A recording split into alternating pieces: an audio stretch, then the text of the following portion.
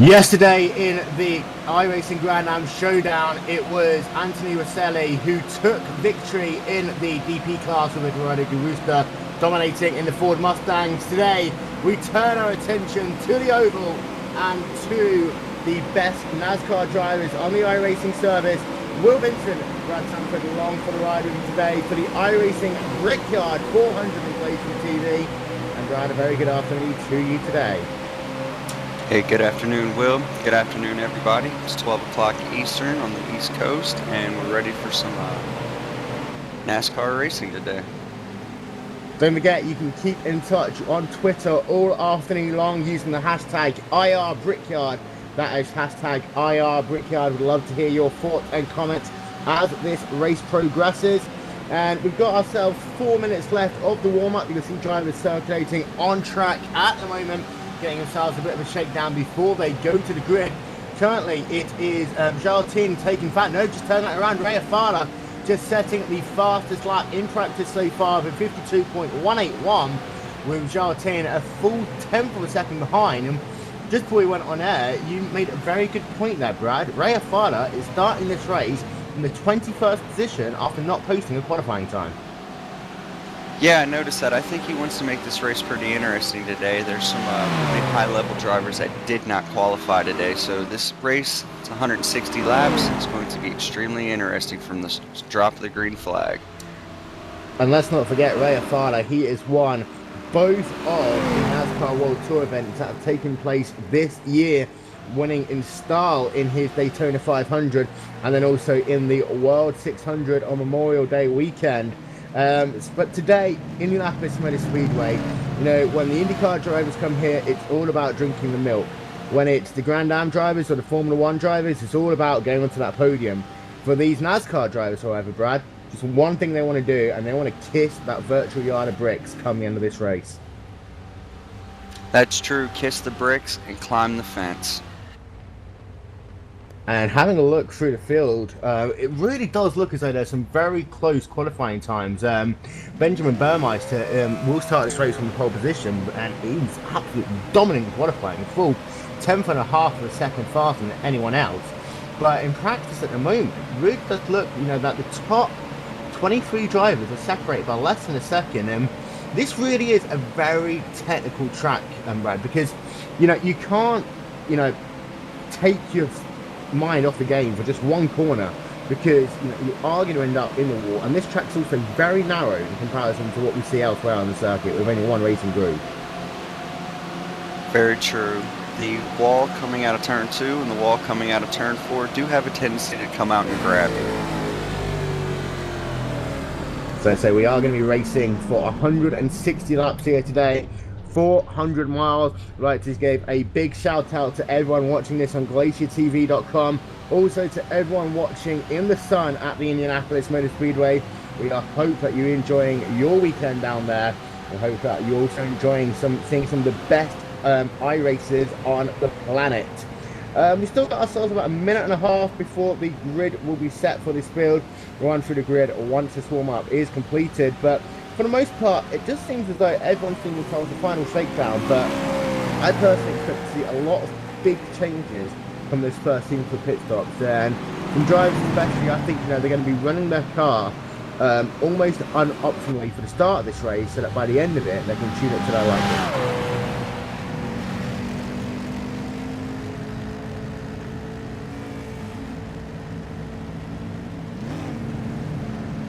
And it looks like we just lost Brad for a moment. We'll try and get him back in just a couple of seconds. On this warm-up, it is still Ray Afala setting the point. No one's been able to get into the 52.1 apart from him. Giles Ted still sat in second position. Patrick Baldwin in third. Josh Connors in fourth. And John Adams in fifth. And let's not forget, this isn't the race grid. This is just the drivers circulating on the racetrack for the time being. Tell you what, there's some good names in this field. Drivers like Mark Gomez, Jordan Hightower, Benjamin Burmeister, you know, they really are going to be ones to watch here today. And while on one hand Ray Afala wants to make it 3 out of 3, Brad, I think there's a couple of guys that really want to spoil this party today. Yeah, I really agree. I'm going to keep an eye out for the number 3 car starting in 7th position, John Adams, aka the Camouflage Wheelman. you guys out there ever get a chance, go to YouTube, look up the Camouflage Wheelman videos. John's been GoProing a personal POV of all his DWC races, and it's great entertainment. Go check it out. So warm up, the checkered flag is in hand to signal the end of warm up. So the drivers now will be making their way to the grid, ready to start their engines on a solitary pace lap. Before we go green here today, we're going to run through your starting field now for the iRacing Brickyard 400 on Glacier TV. Row number 1, Ray Fowler will be on the inside line with Zhao 10 lining up alongside him. Row number 2 will be Patrick Baldwin on the inside and Josh Connors lining up alongside him on the outside of row number 2. John Adams and Mark Gomez will be lining up in row number 3 with Stephen Gilbert and Jordan Hightower in row, taking that back completely. I'm really sorry about that. We'll start that again. That was the warm-up results. So there were the top 8 drivers there. In the grid momentarily, it is Benjamin Burmeister in the first position with John Jens in second, Eugene Mozganoff in third with Jeremy Liskaka in fourth, Stephen Gilbert in fifth, Martin Chempt in the sixth position. John Adams and Mark Gomez will line up in row number 4. Taylor Loyne and Brandon Coppinger will line up in row 5 with Josh Connors and Brian McCann in row number 6. Rick Savage and Marco Pentinen will line up in row number 7 with Adriano Pinheiro and Florian Kerhofer in row number 8. Jack Pollin in 17th position. Alongside him will be Chris Pent. And then row number 10 will be Anderson Pays and Brian V. Macklin. You'll get the rest of your starting field coming up on your screen at the moment.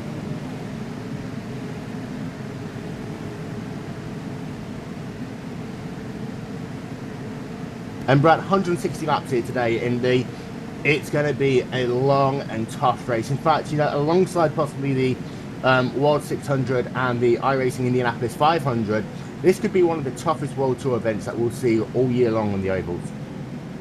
Yeah, it is. You have to have such patience and such concentration to be able to make sure you hit turn 1 perfectly, and then turn 2, travel down the back stretch, hit turn 3, turn 4. Speaking of the Indy 500 this year, you notice starting 35th, the number 31 car, Jason Hurst.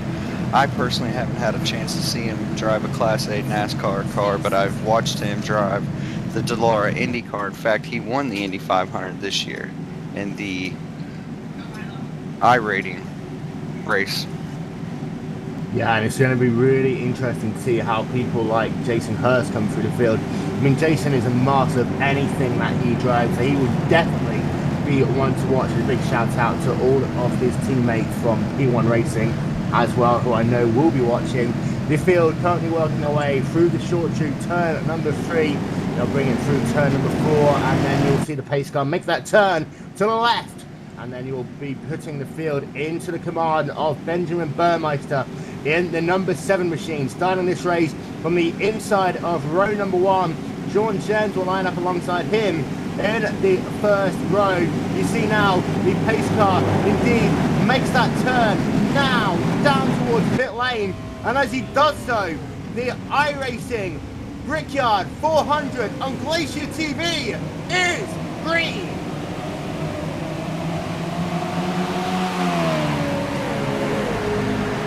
Now towards turn number 1, 2-3 wide racing all the way through the field already. And as you see there, Mark Gomez losing position early on to Tyler Loyne, working down on the inside. In fact, wasn't quite able to make the pass happen. It looks like for all of these drivers, they have been able to get through turns number 1 and 2 already. So a little bit of smoke there in the background, but it looks like everyone does indeed get through okay. Right, a nice clean start there by all these drivers. Yeah, there was a lot of give and take there, not too much side-by-side action going. And Al Rodriguez, he's very slow in that number 6 machine. He's just let pretty much the entire field go past him, doing 104 miles an hour on the apex of turn 3. I think he might have got himself a little bit of damage here early on. In fact, he's just slammed the wall again. So that number 6 car looks as though he's going to have himself some big problems here. He is going to have to try and come down towards pit lane. In fact, he does stay out, but that number 6 car looks like he's struggling early on in this race.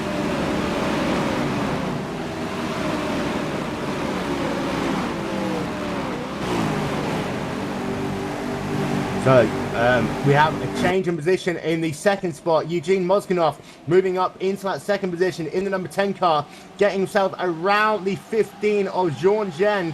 But out front, it is still Benjamin Burmeister leading the way as they crossed the line last time by. The gap was 5/10 of a second.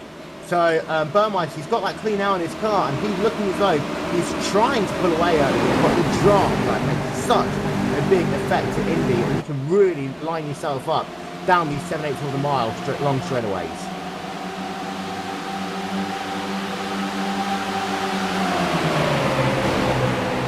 And we'll try and get Brad back in a moment. The number 20 machine of Josh Connors moving up to the 11th position in that number 20 car, getting a little bit high on exit. That is going to allow Brandon Copeland to jump underneath him as they come down into turn number 2. Number 21 car there getting the car done. Setting his sights on the battle between Mark Gomez and Tyler Lawhen, who've been battling it out since the drop of the green flag here. Lawhen in the number 11 machine, Gomez in the number 32. Gomez is using that high line well, and it looks as though he's going to drop just back in behind one. He don't want to fight too hard to what he on this racetrack.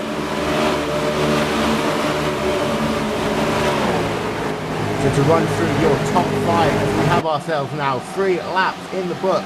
Benjamin Burmeister is your race leader, with Eugene Moskinov in the second position, Bjorn Jens in third, Jeremy Iskaka in fourth, and John Adams is rounding out your top 5.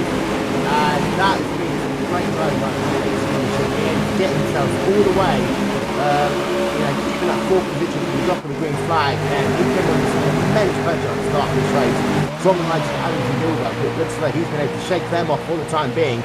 Adams currently sat about 4 car lengths behind as the cars back down into turn number 3.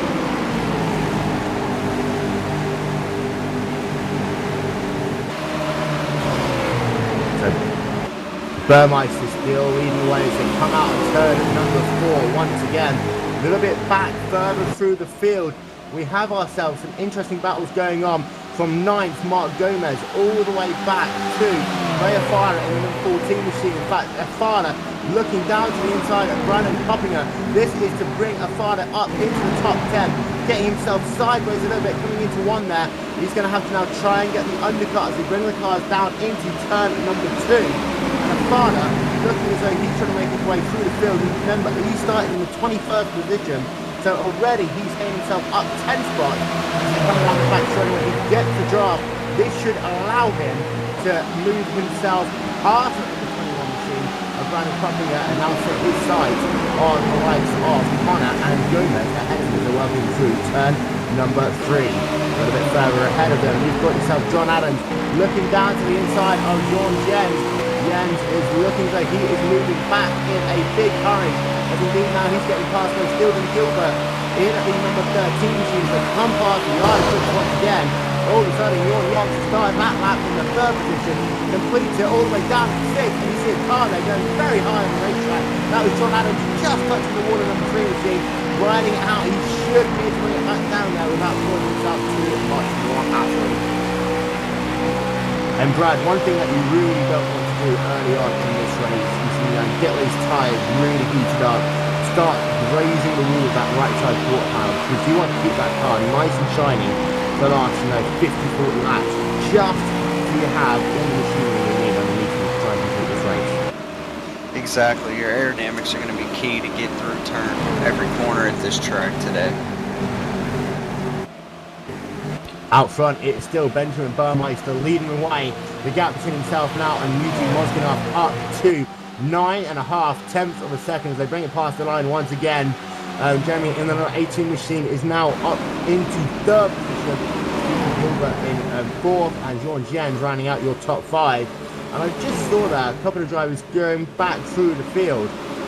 Jordan Hightower in the number 8 machine, he is trying to make his way up through the field at the moment. He started this race in the 25th position, currently riding in the 17th spot, putting a little bit of pressure on Brian McCann in the number 17 car as they make it down into turn number 3. Meanwhile, ahead of them, Tyler Lawhen getting passed there by Patrick Baldwin. Baldwin, he started this race in the 22nd position. He was the second of the cars not to set a time qualifying lap here today. So gridded up on iRacing. And already Baldwin is up into the 13th position, so some big movers earlier on. The biggest of them, of course, is Ray Afana, and as he comes past the yard of bricks once again, he's moved himself up into the 8th position. Yeah, he just last lap he pulled off a great pass going into turn 2 on the inside to take over the 8th position from Josh Connors. He's really been on the move today, starting in the 21st position, 8 laps in, and he's already up to 8th. Josh Connors and currently riding in the 9th position there in the Ultra Core Sim machine. Josh Connors, he had a good start to this race. He gained a little bit of traction early on, but he's now lost a little bit of that hard work. Still getting 2 positions early on in the start of this race, but he's got himself a little bit clean out at the moment. You know, for some of these drivers, just riding along in that clean air, not too close to all that drama happening ahead of you, that could really prove to be helpful. As having a look at the number 1 machine of Ray Afana coming down into turn number 1. He's going to dart to the left there, looking on board of him, he's trying to go around the inside of the number 5 machine of Martin Kemp there. As they come down the short chute, it looks like he's going to get the job done into turn number 2. Completing a pass there, and Afana still on the move. Yes, he is. The 5 car in the wall again for the 2nd time. And that 5 car really is strong at the moment by Martin Kemp. And yeah, that car seems to be pushing on exit quite a bit. Last lap he hit the wall coming out of 4, and that lap he's pushing into the wall coming out of 2. And what this is doing is allowing Josh Connors, the that number 20 machine, to close right up to the rear of him as they come through turn number 4 once again to put 9 laps in the book. And Connor really doesn't know he's going to gain a lot of that traction in the short shoot between turns number 1 and 2 and turns 3 and 4. Just because it looks as though that Ted just cannot get that car to turn into turn number 1.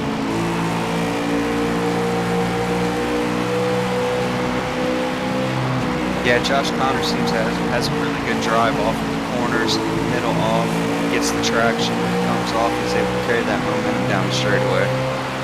And one of the things you will notice, we have got ourselves many new cameras, onboard cameras for this race. We're just having a look there at the roof pan of Ray Afana. We'll bring you many different ones over the course of this race. We've got ourselves actually 4 onboard cameras, and we've also got ourselves some very, very nice wall cams as well. So it's really good to see the sense of speed that these cup cars will be doing as they traverse around the racetrack. I'd say though, nice battle going on from 2nd all the way through to 5th.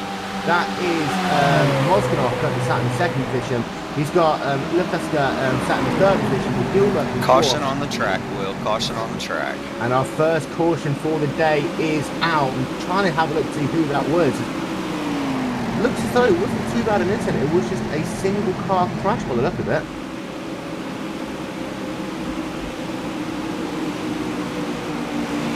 And trying to get confirmation of who that was.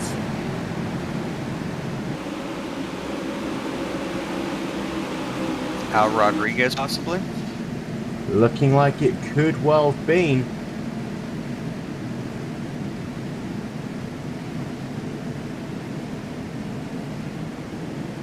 Really weird, I didn't see it. It was a 22 car by the look of it who was involved in that incident, as well as Landon Huffman. In fact, it was down the front straightaway there. Landon Huffman just getting that car turned into the wall, as he was talking about. The wall just comes very close to you. He got loose, tried to correct the car, and spun it into the wall, and Huffman's day is done. That's going to be disappointing for Huffman. I mean, he did start this race a little bit further down the field, but he had himself a good run up until that point. He started that race in the 30th position, dropped way back now in that number 22 machine, but he's going to be disappointed at that, being the driver to cause the first caution of the day. And we're keeping an eye as the field bunches up behind the pace car, seeing how many drivers are going to make themselves the trip down towards the pit road, get themselves some fresh tyres. 12 laps into the race, I mean, I think these drivers are going to take out at least 2 tyres for that. Some of them might be risking and trying to take 4. Yeah, right now pit strategy is going to be a big factor right now. The longer this race can go green. And as is always the case on these long, big races, you really, really want to keep on strategy as much as you possibly can. The last thing you want is to have the race go green for a period of 50-60 laps and you're the driver who's off sequence. If caution comes out, you end up being one normally going one lap down. You see there Benjamin Burmeister bringing the field down pit road. Looks though everyone for the time being is coming with him. Pit road's going to be a very busy place, boys. Look out. And everyone in the top 20 at least is coming down pit road. And I think that's actually going to be everyone who's going to make that trip.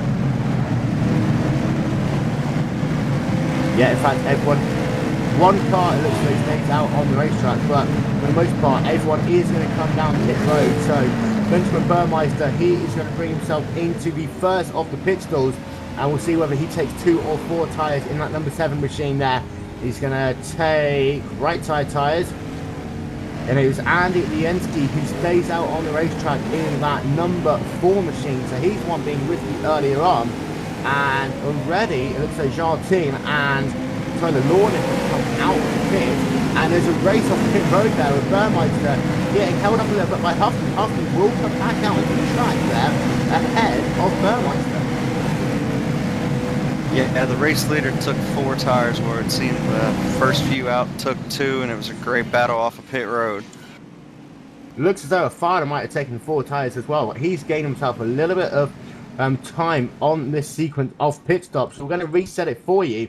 It looks as though it is Andy Liensky in the number 4 machine who's going to currently bring the field back to green flag racing, with Jartin in the 2nd spot, and Tyler Lawlin in 3rd. And Landon Hoffman on that number 22 machine, I think he's still classified on the lead lap. But then definitely afterwards, it is Benjamin Burmeister. And look who's in 6th position, none other than Ray Fowler, who all of a sudden has already come into the picture in this race, despite starting all the way down in the 21st position.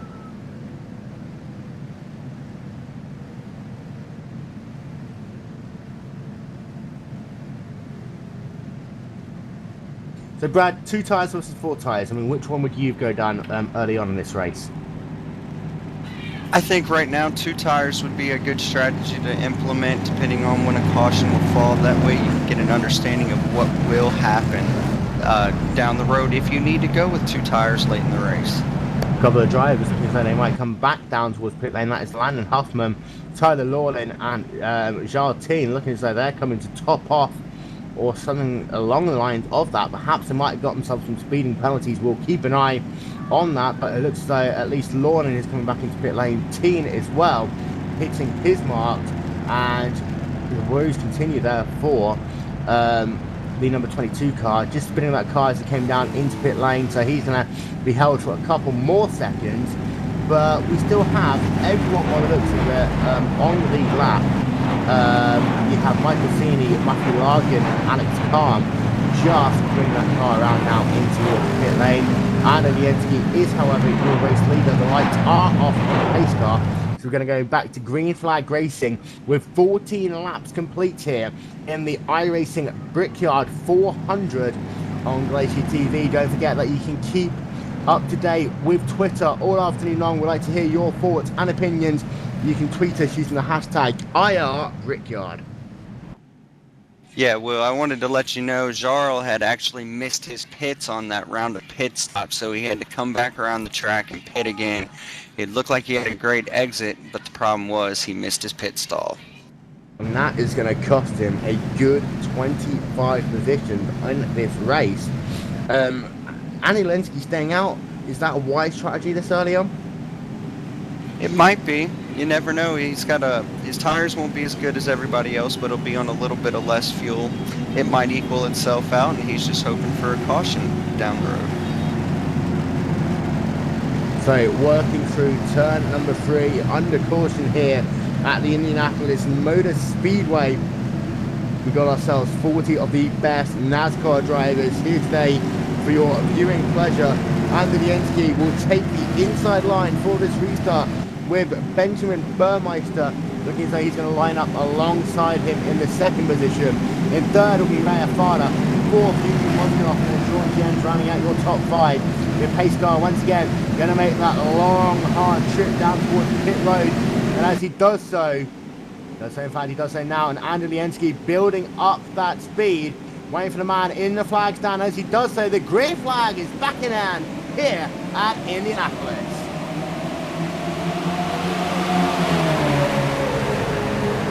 Great start by the 4, and also a great start by the number 1 car, Rhea Falla, going to the inside of the 1 car.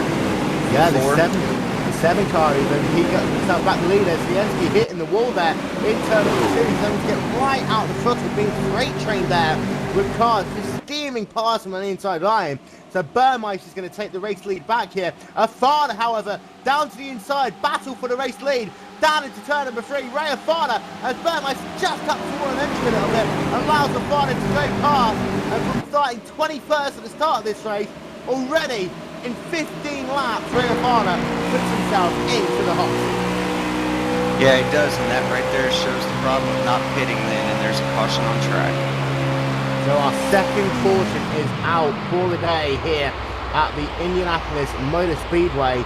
And I tell you what, though, Lienski, and in fact it was Mark Gomez there, spinning in turn number 3. It looks so it was, he in fact got a bit of a tap there from Lienski, door-to-door action, and Gomez, he's going to have to bring that car down towards pit road because he's got himself quite a lot of front damage to that race car.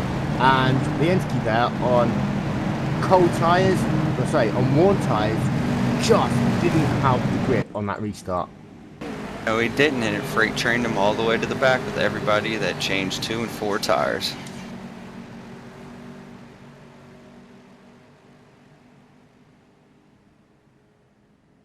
So we're under our second caution of the day with 15 laps scored complete, and that is not the sort of thing that some of these drivers would have wanted, especially those that are taking 2 tires. Their advantage pretty much already is going to be, the advantage of taking 4 tires is going to pretty much be negated in a short period of time, because you know you get the most grip out of those tires in those first couple of laps, and afterwards they'll drop back after that standard position as if you've just taken 2. Yeah, that's a great point to point out to everybody.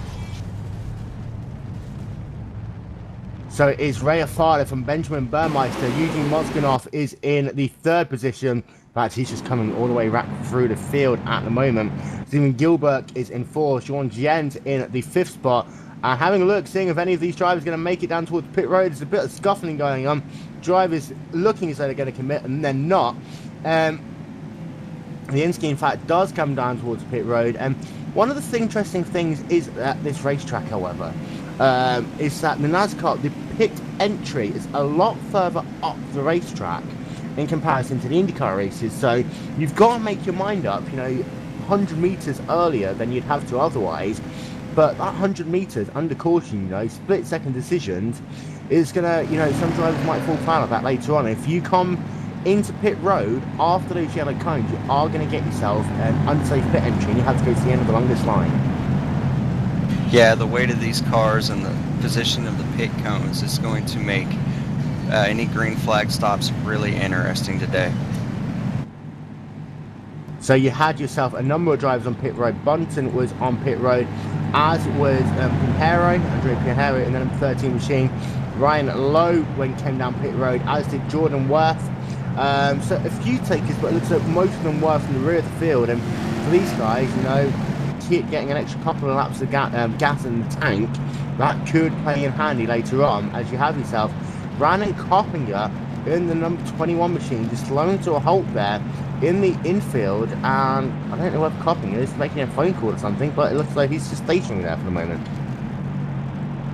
Yeah, Eugene's been doing that. Mosganov has been doing the same thing on this lap earlier. I didn't know if he had received a penalty for something. Excuse me, he was sitting on the access road, came back around everybody, and assumed his spot in line.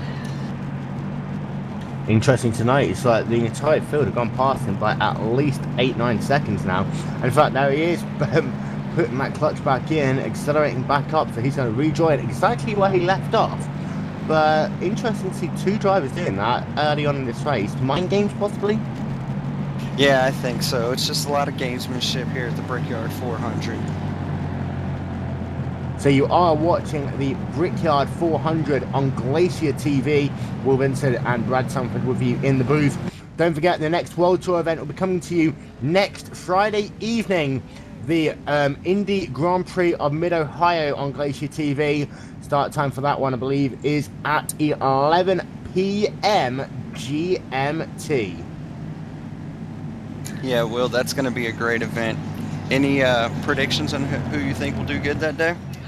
Me, I don't know. It's going to be interesting. I've talked to a couple of drivers. Tim Doyle won't be able to race that race, which is disappointing because I think that he would have had a great job there. But you're going to have a huge battle between Nico Brandt, Mark Fangman, put drivers like Marco Beaton into that one as well, Esteban Balao. Some really good names there on the Friday of the Mid-Ohio Indy Grand Prix. It'll be great to watch, and that, of course, will be on Glacier TV. Running through your field as the lights are off and the pace car, we're going to go green next time by. Your top 10 in first, the number 1 machine of Ray Fana. Currently will be bringing the field back to the green flag racing here today. Benjamin Birdmeister will line up alongside him in row number 1. Eugene Mozganoff in 3rd, Stephen Gilbert in 4th, Jean Jens in 5th. Jeremy will line up in 6th position with Patrick Baldwin in 7th. Josh Connors in 8th, Martin Tent in 9th, and Rick Savage will round out your top 10.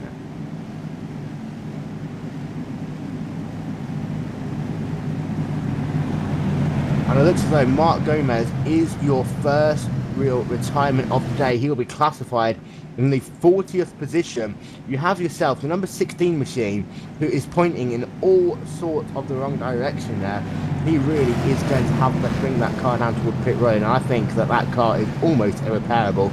So we'll keep you updated on that one. That is the number 16 machine of Anderson Pays, who started that race all the way up in the 19th position, really having a hard day there. Meanwhile, Ray Fana coming through turn number 4. So the lights are out on the pace car. We're going to go green this time by, looking for this restart from Josh Connors, kind of in the middle of the pack in that number 20 machine. And the pace car will once again come down towards pit road. Drives very close attack there. You see that Afada literally being pumped down the front straightaway by Mozganoff. And however, the green flag is back in hand, and Afada gets a great jump in the first position, but Eugene Mozganoff looking down to the inside of the number 7 car of Benjamin Burmeister as they come down into turn number 1. Yeah, great start by Alfala. A lot of gamesmanship there with Mozganoff and Ray Alfala showed him how to do the start. And Josh Connors on the inside. In fact, you see there, number 17 of Burmeister being hung out to dry on that outside line. Really is single file for the most part through these turns. If you're the driver stuck on the outside line, this isn't like the Indy cars. You know, these cup cars do not like that outside line, especially at the start of the slot. No, they don't. Not with these cold tires. You see that the number 7 machine of Benjamin Burmeister just holding on. Number 18 now of Jeremy just getting a little bit loose on the exit of turn number 4. That allowed Burmeister to slot back into line. Josh Connors trying to work on the 18 car, but as he does so, the number 2 machine of Patrick Baldwin looking down to the inside of turn number 1, and that will put him side by side coming through the short chute, and it looks as though Connors going to hold on that outside line. You can see just how slow it can be, and indeed Baldwin will clear him as they come down the back straightaway, and allowing Jorn Yen to now come down, looking to the inside as they come down into turn number 3.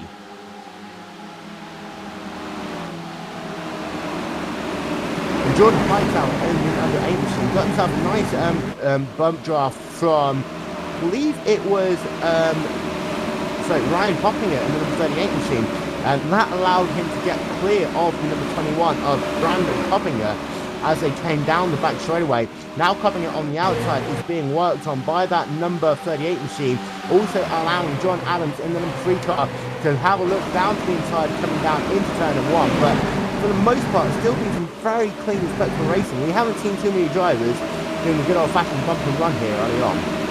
No, not yet. It's early on in this race. There's a lot of give and take. Jorn was able to pull off the pass when Josh backed out going into 1. And you had a car going very slowly on the inside line there. That is Ryan Hoppinger. He had to get completely out of the throttle. He almost slammed it head first into that safety barrier on the outside of the back straightaway. He started himself back into line, but he loses himself a position there to John Adams in the 3 machine. Outside, however, Ray Afana, the gap between himself and Yuji Mosmanov now up to 1.6 seconds as they come past the yard of bricks once again, but 20 of 160 laps in the bag here at the Indianapolis Motor Speedway, and Afana really is putting that hammer down now.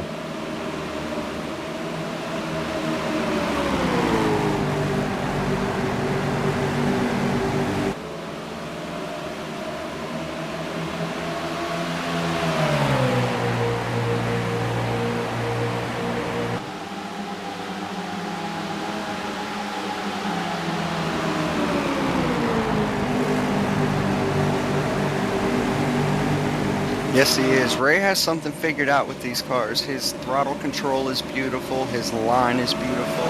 He knows how to maintain his car for a long distance, 160 laps today. It's still early and anything can happen. But right now, Ray is definitely class of the field.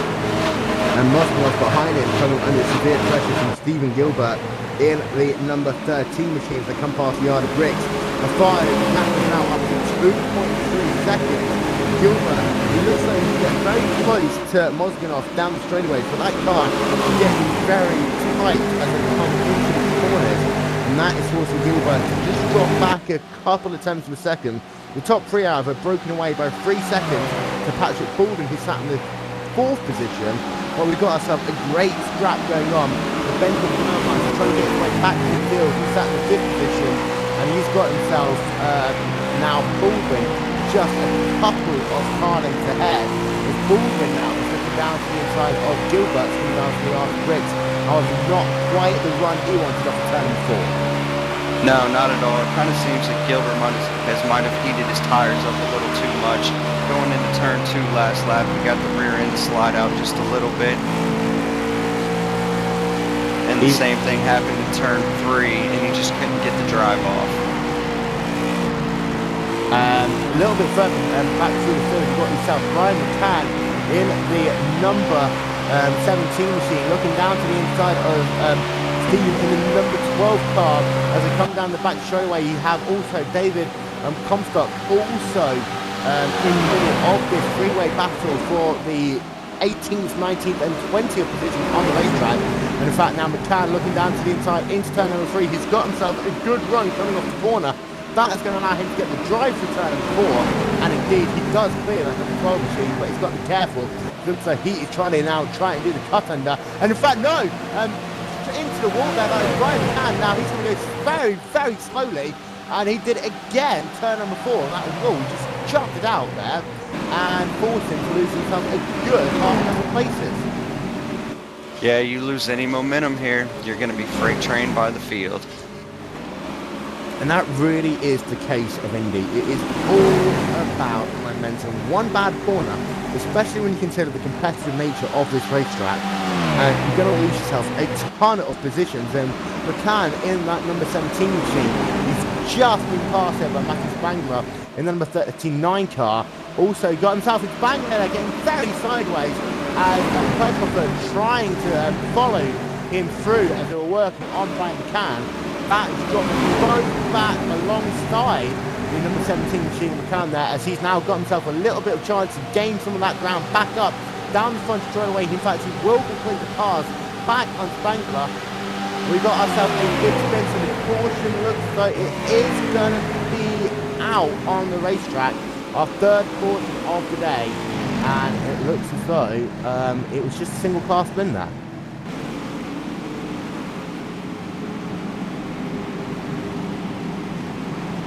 But we'll try and get an update on who that was.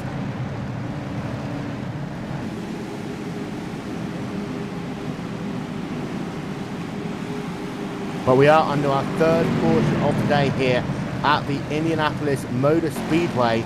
And we're, 25 laps into this race and 3 cautions. Kind of what you'd expect earlier on, and these drivers I think just want to now accelerate it down, get themselves into a longer green flag run, and these cautions really do break up the momentum, especially at this type of racetrack. Yeah, it really does. It breaks up your concentration. You've got Ray Alfala, who was out to a great lead at that point, and now it's all gone. How many cars do you think are going to go on pit road this time, Will? Considering that the first pit stops everyone did it on lap number 12 when the first quarter came out, I expect everyone to come down towards pit road this time by. And I believe it was Matthew Largin in the number 27 machine who was involved in something, because he is way off the pace. In fact, it was him spinning off turn number 4 down into the inside retaining wall. So it looks like his day is going to be done. Yeah, I was going to let you know, I think he tried to get around the pit road and just blew his motor on the access road. So his day indeed is going to be done. So he will be our third retirement of the day. Pit is going to be open this time by. We expect pretty much everyone to make that journey down towards pit road. And for the drivers that took 2 times last time, they are now going to have to take themselves 4 fresh times.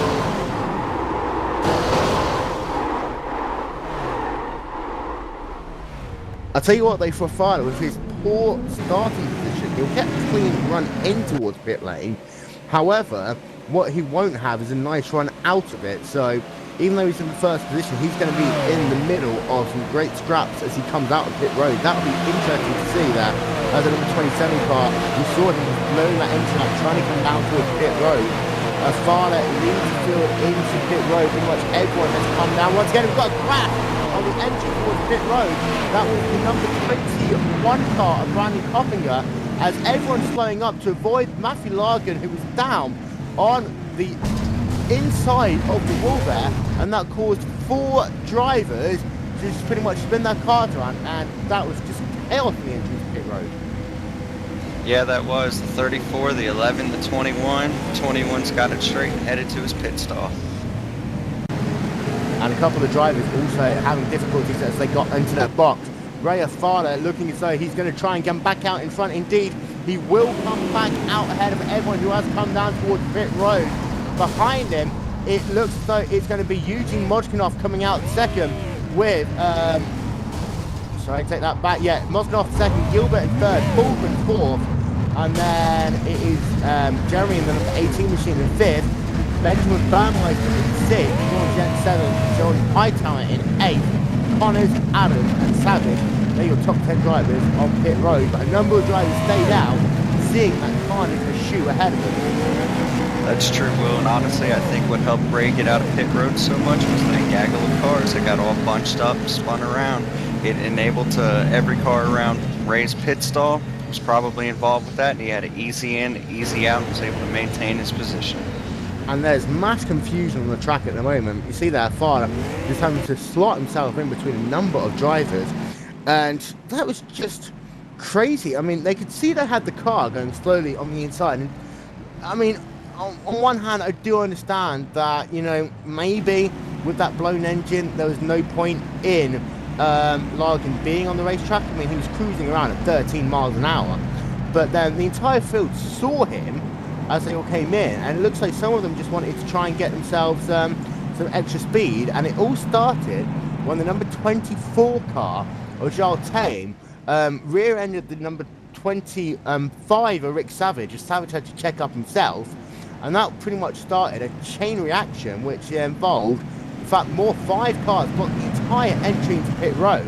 In fact, we're having a look back at it, and it involved Landon Hoffman, Tyler Loyan, Stephen Zinyi, Mike Shelton was involved, Brian McLean was involved, Brandon Coppinger involved, we talked to you about, David Comstock as well involved, and for the drivers at the rear of the field, they just couldn't get into pit road. No, they couldn't. I think a lot of nerves are coming into play here. A lot of these guys don't really race each other on a regular basis, considering we've got a bunch of DWC drivers in here. So it could just be nerves came into it. Someone made a slight mistake and it affected another 10 cars.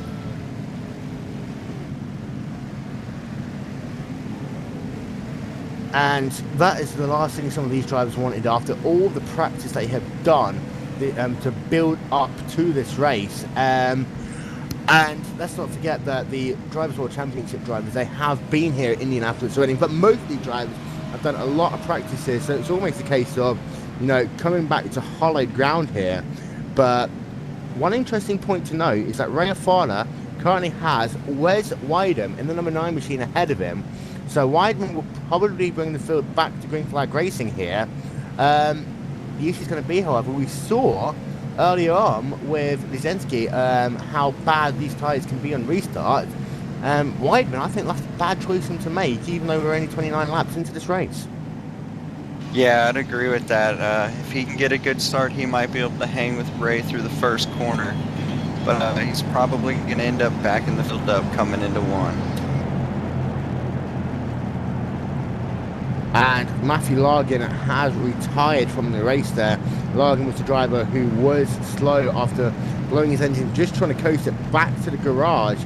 But that's going to be disappointing, not only for Largin, but all those other drivers involved in that mess. That is not what you want to be seeing here in any NASCAR race, especially a track as prestigious as Indianapolis. I mean, it's always been one of those ones, you know, alongside the Daytona 500, probably the Charlotte Summer Race, and obviously like Talladega and Bristol. This is always one of those tracks that you always want to win at, just because, hey, it's Indy. Oh, exactly. This is definitely a date you circle on the calendar. I personally think outside of Daytona, this is the second greatest race of the year when it comes to a NASCAR Cup car. I am not going to disagree with you on that one. I mean, this 2.5 mile oval has produced some great memories in every series it's run over the years, and of course there have been some bad moments. All we need to do is look back to the 2008 race to give you an example of what happens when things do go wrong. But for the most part, we've had some great racing here at Indy, and you see the field lining up 2 by 2 once again.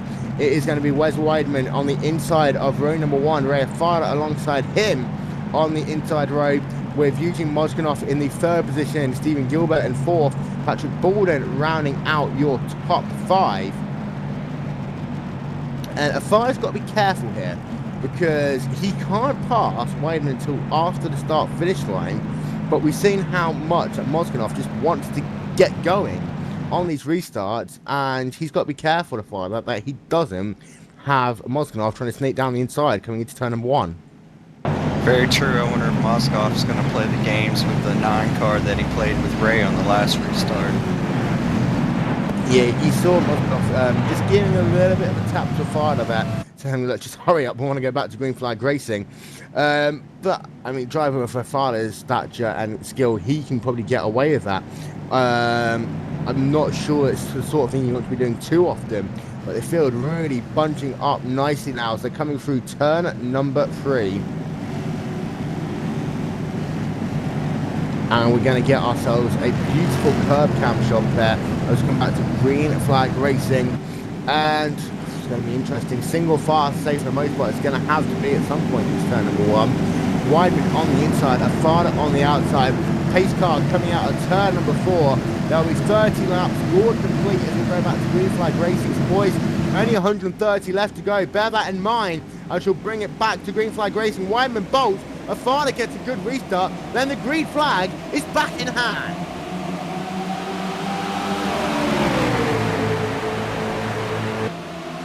Mozganoff, he's looking down to the outside there of Weidman coming down into turn number 1. That's lost a little bit of momentum. Farah really takes the race lead, and Mozganoff trying on that outside line. And thankfully for him, Gilbert wasn't able to get a good run, but now as they come out of the corner, Mozganoff's being boxed in. He's going to try and make it 3 wide down the back straightaway. And Mozganoff ideally there, he's going to lose himself 3 positions there in space of half a lap. Yeah, great start by Ray, and a pretty decent start by the 9 car. He was able to knock it in the 18 and 9 span. 2 cars.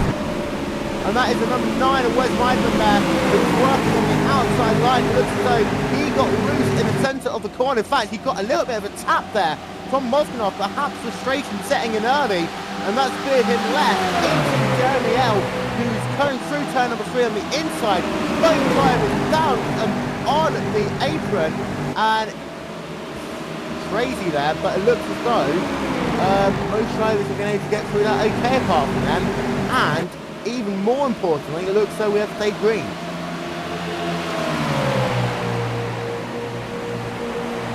So Farah is your race leader. Stephen Gilbert is in the 2nd position with Patrick Baldwin in 3rd. And Weidman is not a happy camper there. It really did look as though he got himself a tap on the rear through the centre of turn number 3, which caused him to get loose. And it looks as though Modenoff has just got frustrated there. I mean, he lost 3 positions in that space of half a lap, and it looks like he just got fed up with being boxed in. Yeah, it looked like he got a little impatient there. Caused a crash, but thankfully, no caution. So Farley is your race leader. The gap between himself and Gilbert is now 1.3 seconds. He once again is driving off into the Indiana sunset. Baldwin is in 3rd. Burmeister back up into the 4th position. He was a big gainer on that restart with everything that's happening around him. Jordan Hightower in 5th. Jordan Adams in 6th position. Mosmanov slot back into the 7th position in that number 10 machine. In fact, Mosmanov is in position there to John Connors in the 20 car, looking back down to the inside, turning the 4, and looks like Mosmanov is stealing the race car in that 10 car because he restarted in 3rd, he's now fighting just ahead in the top 10. Yes, he is, and I will say that was a good restart right there for John Adams. Started in 11th. Yeah, and Connors had a good run. Adams had a good run so far on this race. And although it looks like at the moment Afala is the dominant car, we haven't really seen a long green flag run here. So whether or not the likes of Baldwin, Burmeister, Hightower, Adams, Connors can gain some momentum on a longer fuel run, that will be what is interesting to see. But we always know that Afala, as soon as you do more than 5 or 6 laps, he just eats out seconds. As if they, come for 3. Yeah, Ray O'Falla has something figured out. It's a thing of beauty to sit here and watch him race. Just, you have to see how these people have their cars set up for a short run or long run. Because as you said, it's been mostly short runs so far today for 35 laps. A little bit further back through the field, we've got ourselves some great battles going on all the way through the race, but a number of damaged cars as well. Have a look at the rear of Brian Hockner, the number 38 machine. That rear fender is just blunt up in every way, shape and form possible, which is causing him to lose a ton of time. And he's dropping back from this 5-car, 6-car battle, all the way from Jorn Jens in 10th through to Martin 10th in the 14th position. 10th also got himself a bit of rear damage. And Klein at the moment, it looks like he's coming through the field nicely as well. He started this race in 20th, currently riding in the 13th position. Yeah, the 38 also has splitter damage, and that's going to come into play the longer these green flag runs go. Yeah, the longer these runs go, the more you need that car to have everything pointing in the right direction. To see that McLean having the number 5 machine, Martin 10th, looking down to the inside, will complete pass into turn number 1. We're going to go back and have a look at that moment between 8 and 9 cars coming up on your screen momentarily. And right, it did just look that from Moscow, and that just what got to get extremely loose in the second turning through and turning left into the 8th car. Yeah, that's a bad spot on track to bump a car. When you're going into entry on a corner, you're worried about trying to get through the corner and keep your momentum off. And just one simple bump like that can send 2 cars around like it did. And this isn't like, many little 2.5-mile race tracks you run at. This, in many regards, it's a bit like poker. You have to really get out of throttle. Some of these drivers use quite a bit of brake as well to get that car to turn. And as soon as you're off the throttle, it's almost game Russian roulette if you get hit up the rear. And sorry, caution, by the look of it, is out once again here. Our 4th caution of the day. Indeed, it is our 4th caution of the day here at the Indianapolis Motor Speedway. So we're back under caution procedures for the 4th time with 37 laps complete. Yeah, I believe possibly Chris Pence might have been involved with that. So Pence, we're going to add him potentially to the list of retirees here today. And in fact, I don't think it was. Pence has been off track for a while now. No, that 36 machine is all crumpled up in many, many bad angles. And I believe you are right. It was Chris Pence there in the number 36 machine.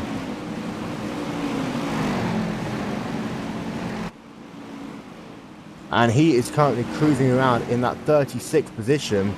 And I really don't think he can get that car back into the racetrack, especially looking at the damage to the rear end of it.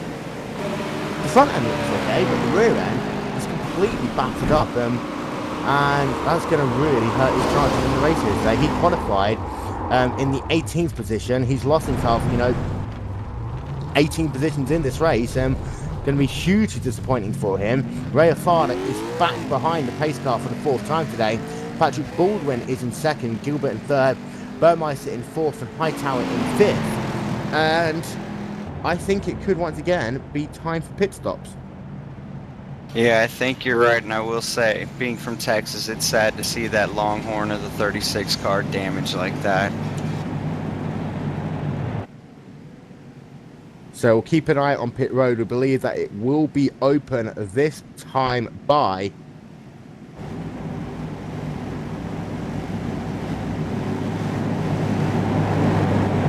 see that Afada looking.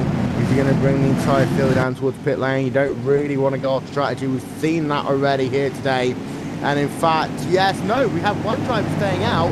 That is surprising. Patrick Baldwin deciding that he is going to try and go on strategy there. And at the last minute, he just made the flick to the right-hand side. He stays out on track, but everyone else comes in. And that's going to be hugely annoying for Baldwin, because at the end of the day, if everyone else comes in, you're always going to be on the back foot, especially when you consider how important tyres are here. Exactly. From what we've seen when cars have stayed out, the 2 times we've seen it, one car's been freight trained, one car ended up spinning in turn 3. Also, Mark Gomez and Andrew Pace, they were aiming to get one of their many laps back there, just circulating to, try and get it to the end of this race. Andrew Pace is currently 7 laps down. He's going to be forced to go to the rear of the field there, which they're expecting everyone to come down pit road, and they're not going to get it. Nope, and Alfalo was able to lead everybody off of pit road again. David Comstock looks like he'll come out in 2nd on that season of pit stops. And he was 19th going in, so he's really done something interesting to that car to get it back into the 2nd position overall, 3rd position in the overall. And Gilbert will come out in 3rd, John Adams 4th, Jordan Hightower in 5th. Then Burmeister, Mosganov, Hurst, Connors, and Jens. And we haven't talked about Jason Hurst yet, but it looks like he's suddenly broken the top 10. Yeah, he's having himself a quiet but steady run so far today.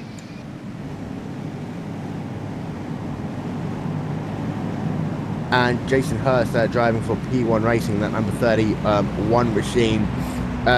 Big shout out to himself and to say all of his teammates. We are on our day jobs, we normally run the Indy cars, and they are some great competitors on there. In fact, I believe a couple of them are coming back this season, which would be great to see them.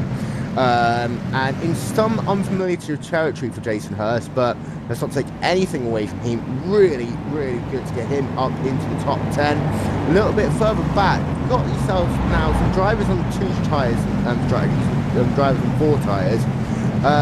In fact, a couple of drivers coming down pit road once again, they might have missed their pit stops. In fact, no, I take that back. There's just Mark Gomez and Andrew Pace. They decided it's not worth being sent to the back unless they're going to come at least top up on some Sunoco race gas.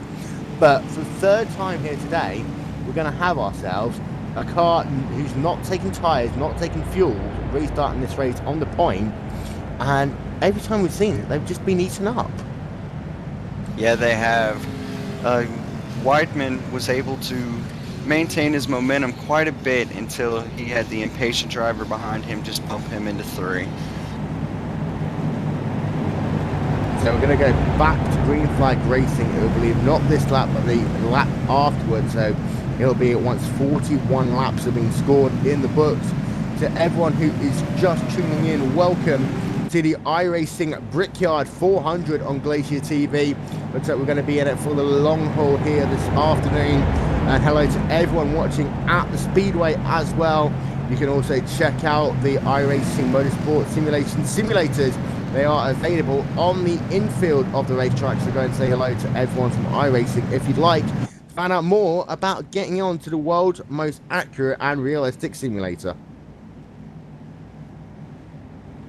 Exactly, and while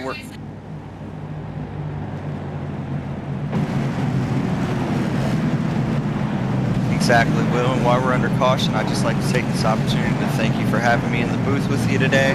And would like to give a shout out to Yoni Bachman, who's putting on a great cam reviews for us this afternoon. Yeah, Yoni's the guy who you never hear, but you always see. He's done some great work to bring you everything that you're seeing on your screens here today. Some fantastic camera angles. So we'll give an imaginary round of applause to Yoni, because otherwise you won't be able to hear us do it. But thank you also to him very much. And that is all we're going to do about being nice to people. Now it's going to go back to the racing, so back to our sarcastic selves. Currently working lap 40 of 160 under our fourth caution of the day here at the Speedway. And it looks as though Afada still is the driver to beat. I mean, he's going to line up second for this restart again, but we saw last time he just drove around the guy who was on the point coming down into turn number 1. Yeah, that's exactly what I was going to say. If history repeats itself on these last restarts, Ray O'Fallon will be on the outside and be in the lead by the short chute going into 2. He just seems to have something figured out today and is really the class of the field. So lights are out on the pace car. We're going to go back to green flag racing, this time by a couple of drivers just topping up on fuel. They're going to have to make it all the way around the racetrack pretty much twice. That is Mike Shelton in the number 34 machine, classified, I believe, as the last driver on the lead lap, just topping up on gas. I'll tell you what, when I was here at the Indy 500 earlier, also Memorial Day weekend, I was doing exactly the same thing, top up on gas, take it easy. In fact, Jason Hurst has come down pit lane, Alex Kahn, Adrian Peace and Chris Pence have all come down towards pit lane as well. So some drivers deciding that, you know, now's a good time to top off in case we do get ourselves a long green flag run. Yeah, right now is about the chance that we will have the long green flag run, get the early cautions out of the way, and be able to put down 40, 60 laps green. And I remember back at the Wild 600, that's exactly what happened the first hour. There was a lot of cautions, people fighting for the nerves, perhaps being a bit too aggressive early on, and then we had ourselves some 2 very, very long green flag runs. Almost expected to be exactly the same here. The field started to calm down a little bit now before that moment to bring out the 4th caution of the day with the number 36 car of Chris Pence. Looks as though he's managed to get most of that bodywork re-put into some form of a logical shape, so you can rejoice. The Texas Longhorn sign is back in the method in which it should belong. Pace car, however, bringing the field through turn number 4. Patrick Baldwin on the inside, Ray O'Fallon on the outside. Yeah, Patrick Baldwin seems to know what he's doing as well, so this restart could be extremely interesting once the pace car drops off and we go green. And once again, green flag is in hand, and Baldwin gets himself a nice jump there from Afada. What this is going to do is going to allow Comstock to try and have a look down the inside, but in fact he's being held with Hightower there on the outside of him in the number 13 machine. In fact, it's all happening there at the start. You had yourself a number 13 car, I believe, of Gilbert there. He got himself a great start initially, but now all of a sudden Comstock back to the inside in that number 26 machine now, and closing down on Ray O'Fallon, who hasn't yet been able to get himself around Patrick Baldwin. So it looks like for the moment, at least, Baldwin might have made the right choice. Yeah, I think he did make the right choice right now. And going into turn 3, the 10 car was bumped, pushed wide, and has lost about 5 spots. So some will call that retribution there from Wozniak after what happened to him early on in this race. Now he's having to run all the way to the wall to come down the front straightaway. He's got himself a number 15 machine of John James running down on the inside. 2 wide, 2 deep down into turn 1. You've got yourself Burmeister. Connor's fighting for position. Connors looks as though he's going to indeed get the pass done, but sliding up the racetrack a little bit, hitting the wall in the short chute, and that would allow Burmeister to have a look down to the inside into turn number 2. Looks like Connors was just going to be able to defend that position, then had to get all the way out the gas. Now Burmeister looks like he's going to be able to, in fact, push the car coming down into turn number 3. And at the same time of all that was going on, Ray O'Fallon was able to get on the inside of the 2 car going into turn 1 and take the lead. So Baldwin moving back into the second position, move Ray O'Fallon back up into first. And David Comstock, he started this race all the way down in the 32nd position, currently riding up in third in this number 26 machine. A great drive by him. And even though he's a full second and fourth now behind Ray Farah, looks as though he's doing a great job. And he's got Jordan Hightower though closing him down in that number 8 car with Stephen Gilbert right there ready to pounce, as is John Adams.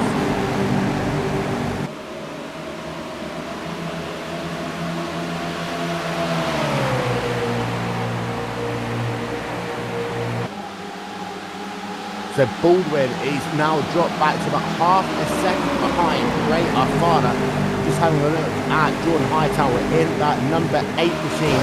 Coming through the short shoot. In fact, the number 26 of Comstock there. Just scraping the wall from the short shoot. This is going to allow Hightower to try and get a run off turn before. Little couple more sparks happening off that number 26 car on the inside turn number 4. And Hightower is closing rapidly. But he's got to be careful behind. Speed pass, great pass off turn before and Stephen Gilbert just driving right past it. I have no idea how that happened because his speed just picks up magically to 207 miles an hour going into turn 1. It's always slow. Gilbert behind him is just standing still.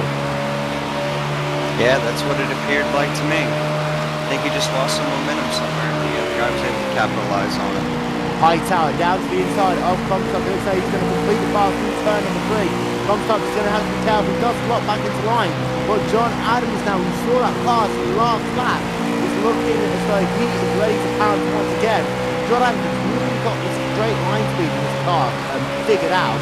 And he's put it right up now.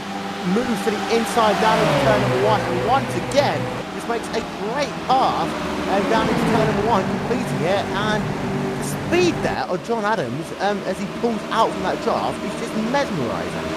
Yes, it is. He was able to move up into 4th place at this time, and now he's looking for 3rd.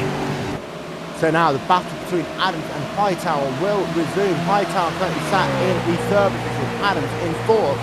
Adams looks like he's just breaking the draft at the moment to get himself a nice run into turn number 3, so he can try and close down Hightower, currently sat in 3rd in that number 8 machine. But Baldwin dropped back to about a second and a quarter now behind Ray Farah in that battle for the race lead.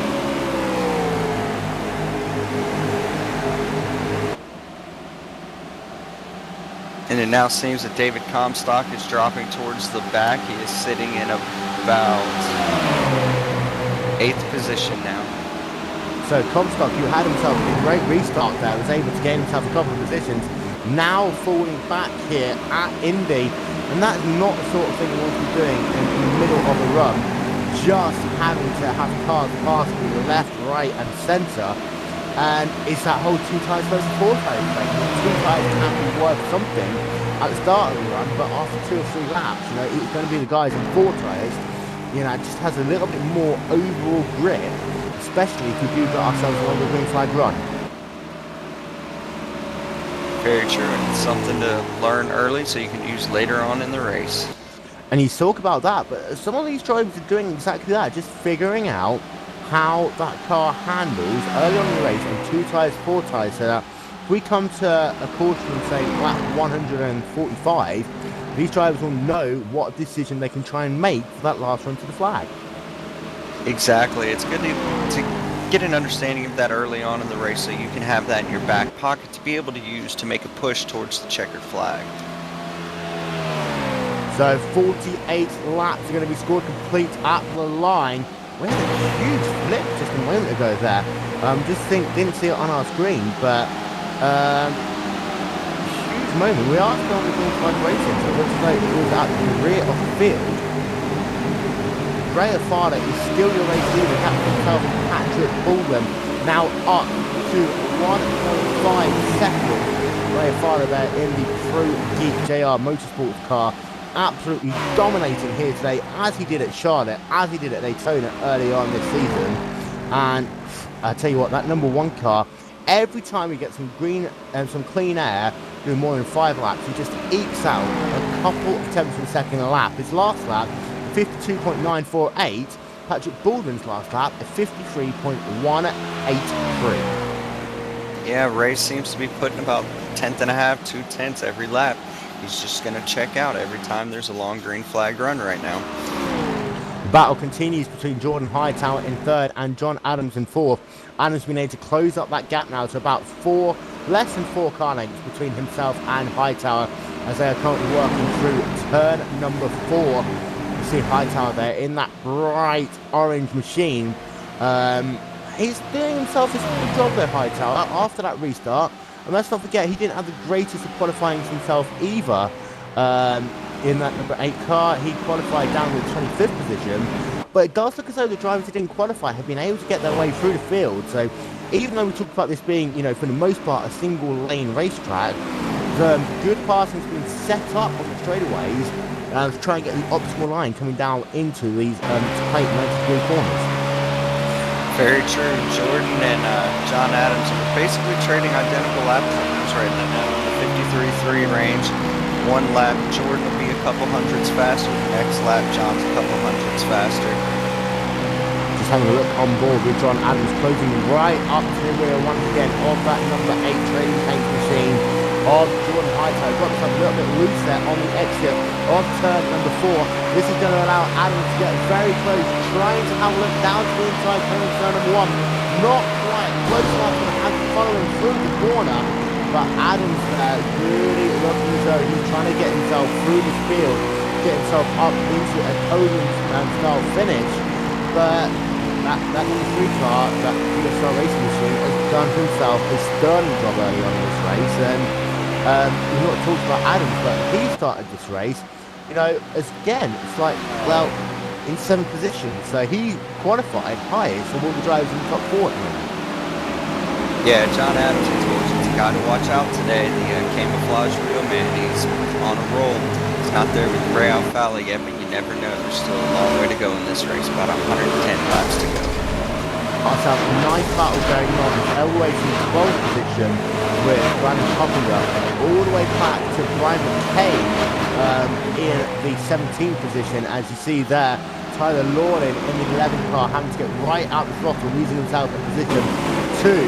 A number of drivers, in fact, that good bunch up, number 18 machine of Jeremy there, having to run on the high side. That allows the number 24 machine of Charles Tain to come down and take that position, which is for 15th on the racetrack. And a lot of these, of this field, you got yourself, 3 or 4 distinct sets of drivers. But that mid-pack, all the way from about 7th, all the way through to about 18th, are really narrowly separated on the racetrack here. Yeah, they are. They're all running pretty similar lap times. A few changes here and there, and I have noticed, like with the 18 car, when these cars are going high, the rear end of the car wants to slide around. There's not a lot of grip up there right now. And if you, of course, you want to know about what happens when there's not a lot of grip here at Indy, you don't need to go any further than Mr. IndyCar racer J.R. Hildebrand and his moment at the last lap of the 2011 Indianapolis 500. But Gilbert is in the number 13 machine, currently riding in 5th. He's kind of caught up a little bit to the back of Hightower and Adams. I think though he's just sat there for the time being, not really wanting to do anything too damaging to his race car, because he's got himself up into that position and he just kind of sits there. Yeah, John Adams has been able to pull off the pass on Jordan Hightower, so coming to the line, he should be in 3rd place.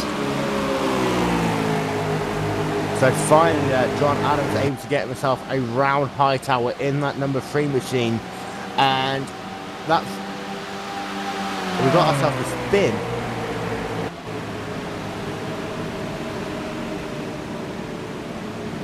And so that is Eugene Mozganoff in the number 10 machine there. You just saw it on your screen. And Mozganoff's day is done. And we'll try and get ourselves a replay of that once again out of turn number 4. Just as the banking falls away, he got himself loose and speared it into the inside of pit road there. And the car just flipped over on him. But the race plays green because he was down on pit road out of harm's way. Yeah, it just seemed to get a bit loose coming out of 4, overcorrected, ended on pit road. That's a shame. He was having a day today. He was having a good day. I mean, yes, he was being slightly aggressive early on at the start of the race, but he got himself back into something of a rhythm. And then, again, it just seems to be that, as that car falls away, that number 10 Pepsi Max machine, he just fell away from it, and we've seen a number of drivers trying to correct that car, and they either seem to spear it into that outside wall, or they just, let the car spin, and it ends up, all the way down a pit road in the wrong direction.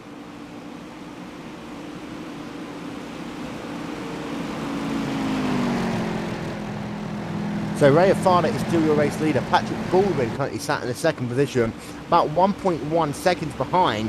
John Adams is in third, a further second back. Hightown in fourth, Stephen Gilbert in the fifth position. And we're going to take you very quickly through the field. Ray Afana, he started this race all the way back, as we're under caution. All the way back, Afana started this race in the 21st position. And he's now leading this race. In fact, he's led the most laps here today. Patrick Baldwin started this race from the 22nd position up into second. John Adams, the only driver to qualify in the top 10, currently running in the top 5. Hightower in fourth started this race way down the field as well, as did Stephen Gilbert in the number 13 machine. Yeah, and in sixth place you have Benjamin Burmeister. The seventh place, the number 20 of Josh Connors. Eighth place, number 26 of David Comstock. Number 9, Jorn Jens, or in ninth place, number 15. And rounding out your... Come. Oh, okay, Will. I was going to say, rounding out the top 10, you have Brandon Coppinger, Ray Alfala, through, not sure how many cars are on pit road. Looks like everyone's come down pit road once again. Don't think there'll be anyone brave enough to try and stay out this time by. And in fact, having a look back through the field, in fact, everyone has come down onto pit road, except for drivers one lap down by the looks of it. You have two cars on track. That is Mark Gomez and Andrew Pace. They're just trying to get themselves a lap back, I think. However, the race off pit road, this is going to be interesting this time. I think all these drivers are going to try and take 4 tries.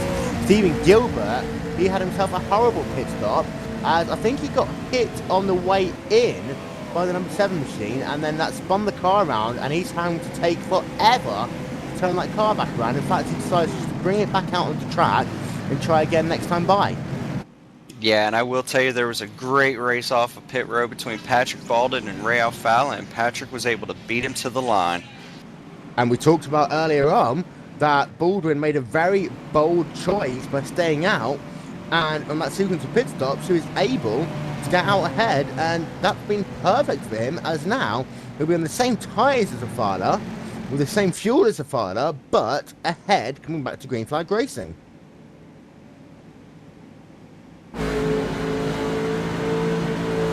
And very, very quickly, we're going to have a quick chat with Ryan Hoppener. Ryan, you've had yourself an interesting day here today. You currently sat in the 21st position, but you've got yourself a little bit of damage to the rear of that number 38 machine. I mean, how's it driving for you at the moment? It's loose. I mean, we're struggling with it right now. It was pretty good, but that thing going on the pit road really hurt us, and I can't thank everybody at Flipside enough for all the help. And yeah, I mean, it was driving really good, and it's still okay, but I mean, it's not going to be where we want it. Hey Ryan, this is Brad here. I was just curious, what, from your point of view, what happened there going on the pit road? There was a slow car. I don't know what happened, why he was slow, but it looked like he was just letting everyone pass him. And then with iRacing and the black flags, if you pass someone on their caution or on pit road, it gives you a black flag, and I think everybody was checking up for that. And I mean, no one knew that was happening, and it would have been smarter if he would have just stopped him before we came on the pit road, or just got out of his car. But I mean, everybody was just trying to not get a black flag, and everyone plowed and each other. And final question, I will let you get back to your team in just a moment, but turn number 4 here seems to be the most difficult part of the racetrack. Just as that banking falls away, we've seen a number of drivers now veering into the wall. Just how slippy is that racetrack once you get offline, especially running on the outside grooves?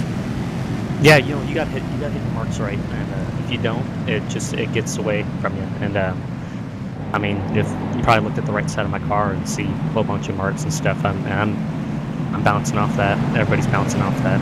I mean, It's difficult, and it's not as bad as it was the last build, but with this new one, it really helps with the grip level, and I mean it's still loose, it's still a handful. This whole track's a handful, but it's fun. It's a lot of fun to be racing and doing this. Well, good luck for the rest of the race. We'll let you get back into position. You're going to be restarting this race in 9th. Awesome. And there he goes. Good luck, Ryan. So Patrick Baldwin will be bringing the field back to Green Flag Racing. We've got ourselves about a lap and a half left to go before we do that. Currently working on lap 57 of 160 here at the Indianapolis Motor Speedway, the iRacing Brickyard 400 on Glacier TV. Well, Will Vincent and Brad Sumford in the booth with you here this afternoon. Ray Farr will line up alongside him on row number 1. Jordan Hightower in 3rd, John Adams in 4th, and John Jens in 5th. And I think, to be fair, Baldwin was the guy who made the most of in that sequence of pit stops. Yeah, he really did. He was able to short pit earlier, and now he's able to come out in the lead. I believe Jorn Jens had a great pit stop too. Went from about 10th position. And also, Hightower was able to get back out ahead of John Adams. So Adams there, after taking a good 5 laps to try and work on that number 8 car, is going to have to do that all over again. The two drivers getting the wave around, Mark Gomez and Andrew Pace, will get one of their many laps back. Andrew Pace, in fact, is currently now going to be 6 laps down.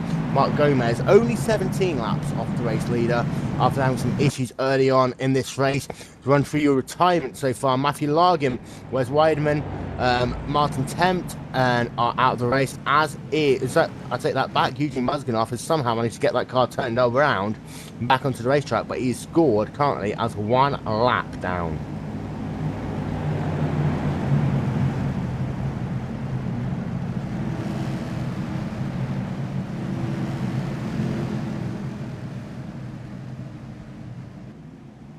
So currently cars working down the back straightaway here of this 2.5 mile oval.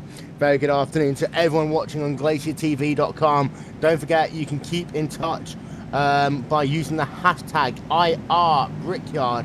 You can get on touch with us on Twitter all afternoon long, and we'll read out some of the best of them later on in the broadcast. And I have to say a very big hello to at NA Skull, that I believe is Colin MC, for giving some great updates all race long, and very big hello and thank you to you. Meanwhile, Patrick Baldwin will be lining up to say on the inside of row number 1, the pace car currently coming through turn number 3 onto the short chute. And as we go back to Green Flag Racing, we'll just take a couple of moments to give you the sights and sounds of Indianapolis. I tell you what, this is going to be a crazy restart. And Afada's had some good restarts so far, and he's going to need another one if he's going to have any chance of getting back into this race lead, Brad. Yes, he will. This restart's going to be great. The top 5 seem to shuffle up just a little bit, with Baldwin coming out in front, and John Adams losing his 3rd position, now in 4th. So green flag in the air. We're just going to step aside for a moment and give you the sight and sound of Indianapolis.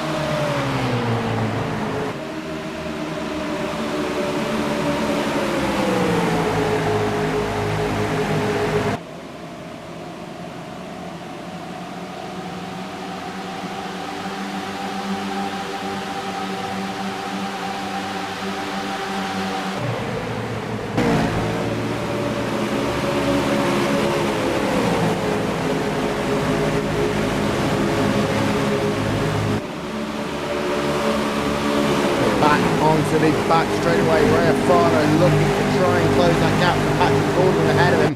Looking down to the inside, you see the car very nicely stacked at the moment as they come down working towards turn number 3. And Farner not quite close enough this time by as go on board with him in that number 1 Pro Group Consulting JR Motorsports machine. And again, John Adams is stuck behind Jordan Hightower. And this time, however, it doesn't look as though he can get close enough to try and make a pass. No, not right now, but you got to say Ray had a great run down the backstretch there in the previous lap. Oh yeah, he did, and I've got a feeling that car third, turn 1 and 2, turn 3 and 4, because it loses just a little bit. I mean, this is we're talking thousands in a second, but just a little bit of momentum in that second part of the lap. In fact, he's got himself a great run once again down the backstretch anyway. We see him close and less than a car length ahead. Seeing if he's going to try and look down to the inside this time by him. He does. This is what a race lead, and a Fowler back to the point in Indy, and a perfect move. Yeah, that was great. He got the inside, had the momentum, and Patrick had to back out of it just a touch and let Ray go ahead and have the position without any incident. We saw that on the rear of his fender as he came through. Some great camera work again. I believe you can use @Ray Farner to get in contact with Ray, so everyone do that after the race and see whether he responds to you. But back to the point, Ray Farner in that number 1 car, that moves Patrick Baldwin down into the 2nd position. We've got ourselves some close racing all the way through the field. That number 38 machine of Ryan Hoppner, who we talked to under that last caution, he restarted this race in 9th. He's fallen back to the 12th position. So that number 38 machine really does look as though he's having a little bit of trouble navigating this speedway on these restarts especially. Yes, he does, and we see John Adams as catching up to the 3rd place car, and within the next lap try to make a move to move into 3rd. And also, Brad, I remember when we talked to Hogan, and he said that that car is loose, and even though you might have more grip on new tyres, if that car's loose enough as it is already, only going to make it worse when you're stuck up behind when you want to restart on fresh tyres. Exactly, you're going to have dirty air from all the cars around you. You have to worry about them, and one little mistake, you can send your car around and lose your momentum anywhere. Adams down to the inside on the number 8 machine, or Jordan Hightower. This is the battle for the 3rd position. This time by John Adams has got himself a great run as they come down into turn number 3. Going to clear him and move that GSR racing machine back up into the 3rd position. John Adams is back on the charge, and you can see how close Baldwin and Farner is, so don't count him out for the time being, please. Not at all. Anytime John Adams is in the top 3, you can't count him out of any race. And ahead of him, Patrick Baldwin is less than a second ahead of him. In fact, Hightower lost himself just about 2 or 3 attempts trying to get around Hightower that last lap, taking a tighter apex into turn number 3. Through the field, we got ourselves still some good racing going on. And we'll just take a look back to the number 35 machine of Marco Pentinen, because he is right in the middle of a huge scrap on the racetrack. And we've just lost the position there to Florian Kirchhofer, driving in the number 29 car.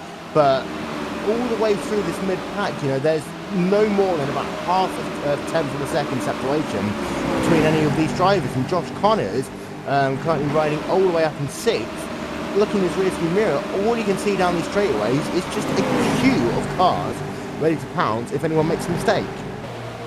Exactly. It's a lot of follow the leader right now. We're nearing halfway of this race, 65. We're on lap 65 right now, so it's just sit back, count your laps down, try to make it to the end with your car in one piece. A lot of racing left to go here at the Brickyard, and we saw this at the World 600 on Memorial Day weekend, that the first half of the race, some drivers take it easier, some drivers really do push on the get-go, but then on that second half of the race, you really do see other drivers trying to come to the fold. And I think there's a couple of drivers just keeping a little bit in reserve early on, as we saw with Anthony Orselli yesterday in the Grand Am race, who's got that little bit extra ready to pound if they need to. Looking back out front, Ray Farner, the gap between himself and Patrick Baldwin as they cross the yard of Bricks once again. Last time by, it was 8 tenths of a second. It is just spiked up to a second now. So Afada, once again, after 5 laps of green flag racing, he can eke out a couple of tenths of a second a lap. John Adams has fallen back to about 1.5 seconds behind Baldwin, but Hightower's still staying with him in that number 8 car. He's only dropped off to about 2.5 car lengths behind. Yeah, Jordan seems to have that car dialed in pretty well, and he's maintaining a nice, decent top 5 position right now. Benjamin Burmeister currently riding in the 5th position. We've seen him having a great race. I mean, he started this one from the pole position, riding himself in the 5th spot at the moment. But he's a driver, he's never really been anywhere out of the top 5. And you cannot put him out of this one, especially with his qualifying speed. And when you consider just how fast he was in practice as well. I mean, he had himself one of the fastest practice speeds and with a 52.6. Exactly. I mean, the speed he has on for qualifying, they're not showing everything they have right now. Wait till there's about 20 laps to go. And then Josh Connors, he is riding in the 6th position in that number 20 Ultra Ball Sim machine, ultrasim.com. And he's been thereabouts. That number 20 car, he's not talked around much today, but he has just been cruising around. I think he is one of those drivers who has been something left in reserve, because you don't really see him attacking apexes and driving the car at the ragged edge like we've seen some of the other drivers in this race today. No, not at all. It's about being patient. It's what you have to do. This is a really long race today, and you just want to be able to, like I said before, keep your car in one piece, wait till the end, and if there's a caution late, some of these guys are going to throw on some tape on their car to get as much speed out of it as they can coming to the checker flag. John Jones sat in the 7th position in the number 15 machine. Now, John's been a driver who started this race really well, and in fact he started 2nd on the grid, and moved himself, and he's been in the top 15 for the majority of this race. Fell back a little bit, about 20 laps in, managed to work his way back up into the 7th position, but he's right there with that pack, and at least 5 drivers separated by less than 2 seconds on the racetrack, and the position that he's in, when he's not got himself too much behind him, it's just David Comstock and Charles Ed. He really could just cruise him, but a trouble on the racetrack. The number 8 car turned around. Of course, he's going to be back out on the speedway, and that was a crazy move there by Hightower. Down the front straightaway, it looks like he just got himself a bit of a tap from Burmeister as he came down. Burmeister, I think, just didn't get the gap between himself, and out of the race will go the number 8 car. Yeah, that's a shame. Jordan's been having a great race today. Just seemed a little contact in the left rear quarter panel, put him in the wall. And I think that he might have been okay until he got himself a clunk on the rear, and that will really damage the rear suspension to that Cup car. As he spun it around, there was just a little bit of damage to the front and rear fenders, but then he got himself a huge clunk by, I think that was Tyler Loring in the number 11 machine, who then just, that car wouldn't turn it in, so he is going to be out of this race as well, and really disappointing for that number 8 car. And I think he might be able to get it back onto track, but really, really not what he's been looking to have happen to him today. Yeah, I'm just having another look here at the replay to see exactly what happened to everybody after he came to a complete stop at the yard of bricks. So, Ray Afala once again gets a look at the rear of that iRacing.com pace car. Patrick Baldwin in 2nd position, John Adams in 3rd. That'll move Josh Connor, Benjamin Burmeister up into 4th, Josh Connor into 5th. And I tell you what, if there is anything that they can do to fix something on that number 8 machine of Hightower, then now will be the time to do it, because you know, you're at the halfway point, you can still try and use some strategy to get him back in track position.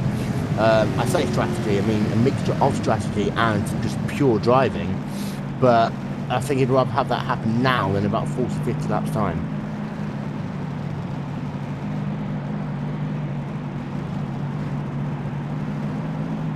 So keeping an eye on pit road. Pit road should be open this time by Ray Afada will once again lead the field down in between those two yellow cones, slowing it down to 55 miles an hour. And once again, it looks like everyone is going to come in with him. We've seen pretty much all of this race has been, do not stay out unless you know you are a driver who can really handle a car of not as much grip. Drivers all feeding into their pit boxes. And do you think that the fact that Afada's got to stop halfway down pit road could be affecting him a little bit?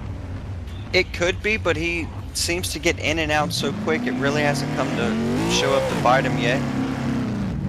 But the real race is between Patrick, who seems to have about a full car length advantage coming to the line.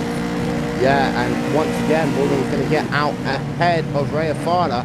And we can't say something about Afada without saying about Baldwin, because he's in exactly the same position.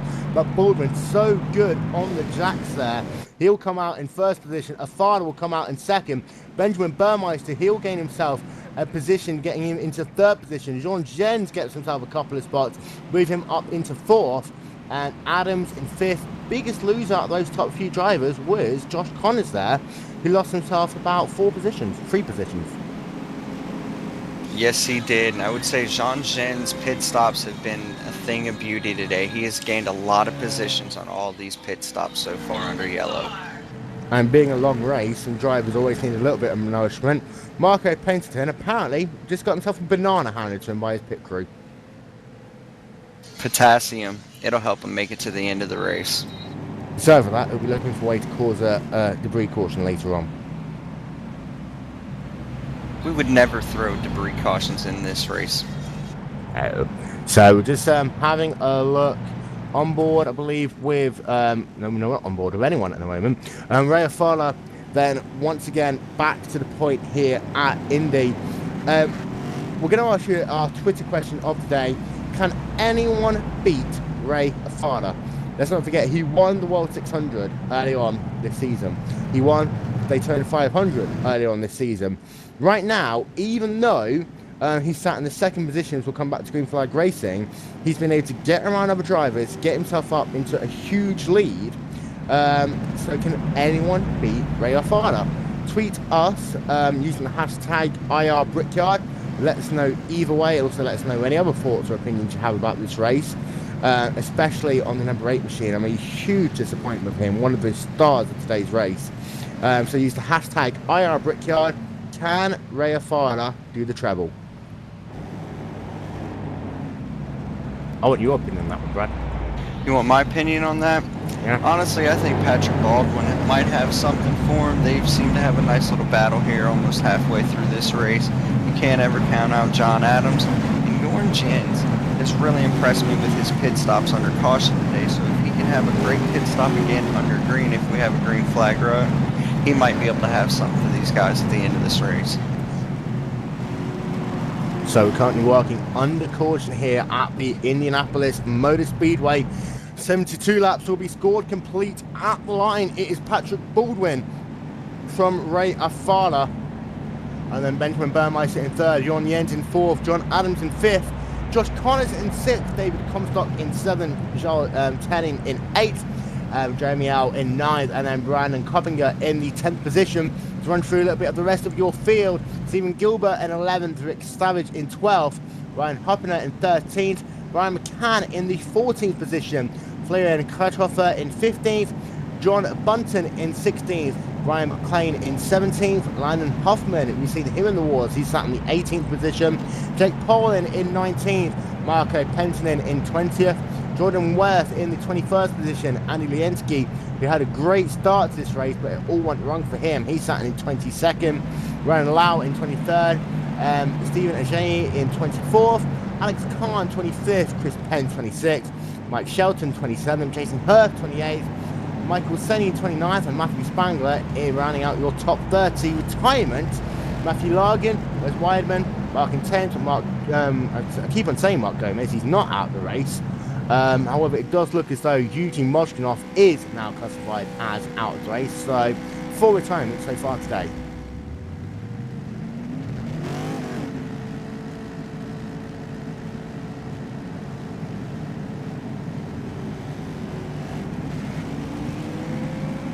Yeah, this race could still be anybody's race. Ray and Patrick have seemed to have been the class of the fields right now, swapping positions in and off pit road right now.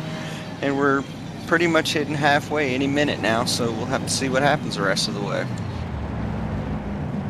And we saw yesterday in the iRacing Grand Am Showdown that doesn't matter where you're on track, just one small maneuver, a track like Indy, which is so unforgiving, can not only ruin your race, but the races of those around you. In fact, we saw, I think it was 4 different leaders throw away their race yesterday. So I'm sure these drivers who watch that race will be bearing that in mind.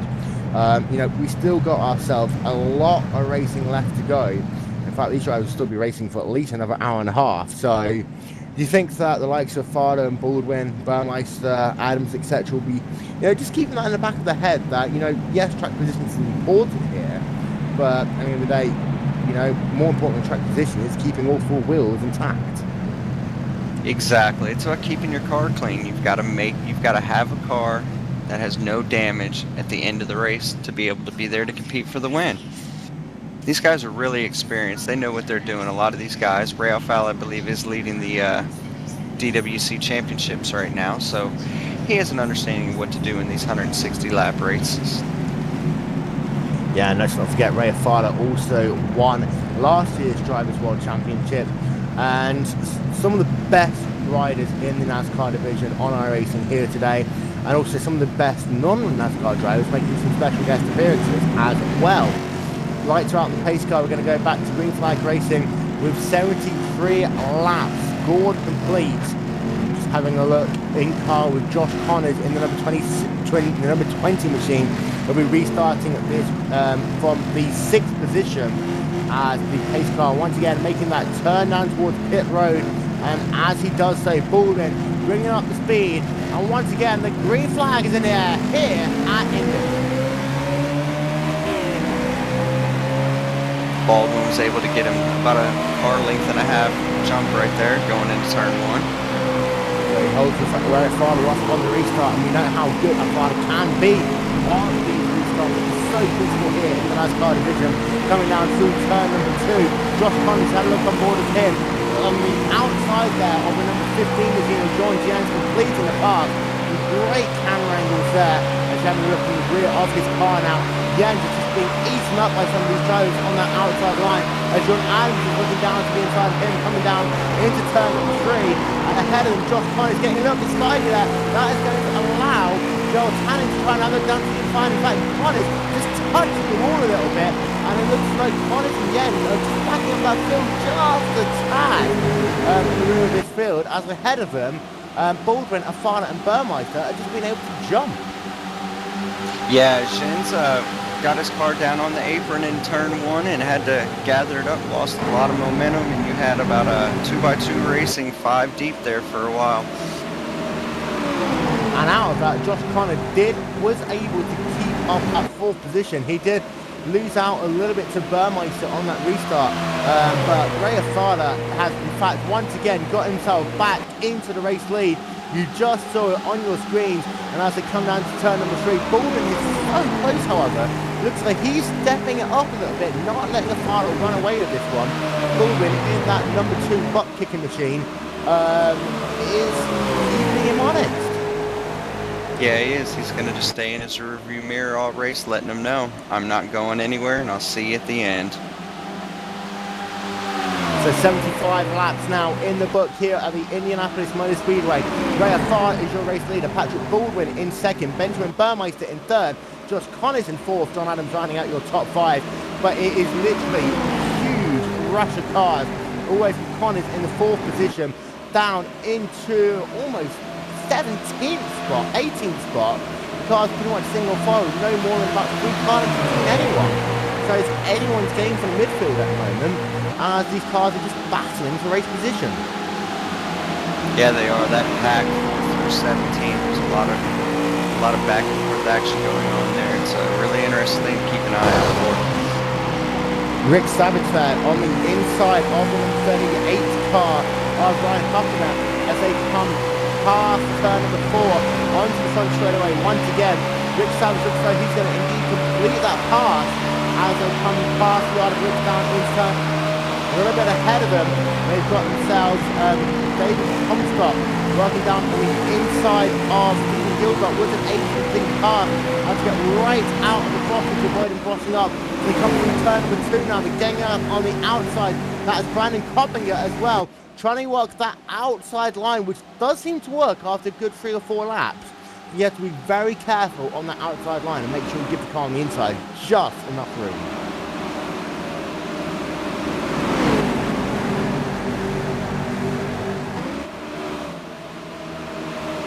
And once again, Baldwin getting a very good run on turn before. Ray Fowler is slow. Ray Fowler is coming down into pit road. Ray Fowler comes down onto pit road 55 miles an hour. What happens to Ray Fowler there? It looks as though, did he have to take a penalty there for speeding? But he's on pit road, regulation 55 mile an hour speed. He'll come into his pit box, and after being the dominant force here today, Ray Fowler is now going to have to be completely off strategy. He's getting himself 4 fresh tyres by the look of it. Yeah, he's getting himself 4 fresh tyres, so he'll be topping up on race gas as well. Comes back out of the pits, and what was that there with Ray Fowler? I don't understand that at all. That is going to be a question that will have to be asked later on in this race. Whatever happens now, Fowler is going to have to charge his way through the field. I mean, just to give you an idea, he was leading this race by, a couple of attempts per second over Patrick Baldwin. As Baldwin comes through turn number 1, Fowler is on the access road exiting turn number 2. So he's now got to pretty much gain entire 3/4 of a lap, and Fowler is sat all the way down in his 33rd position.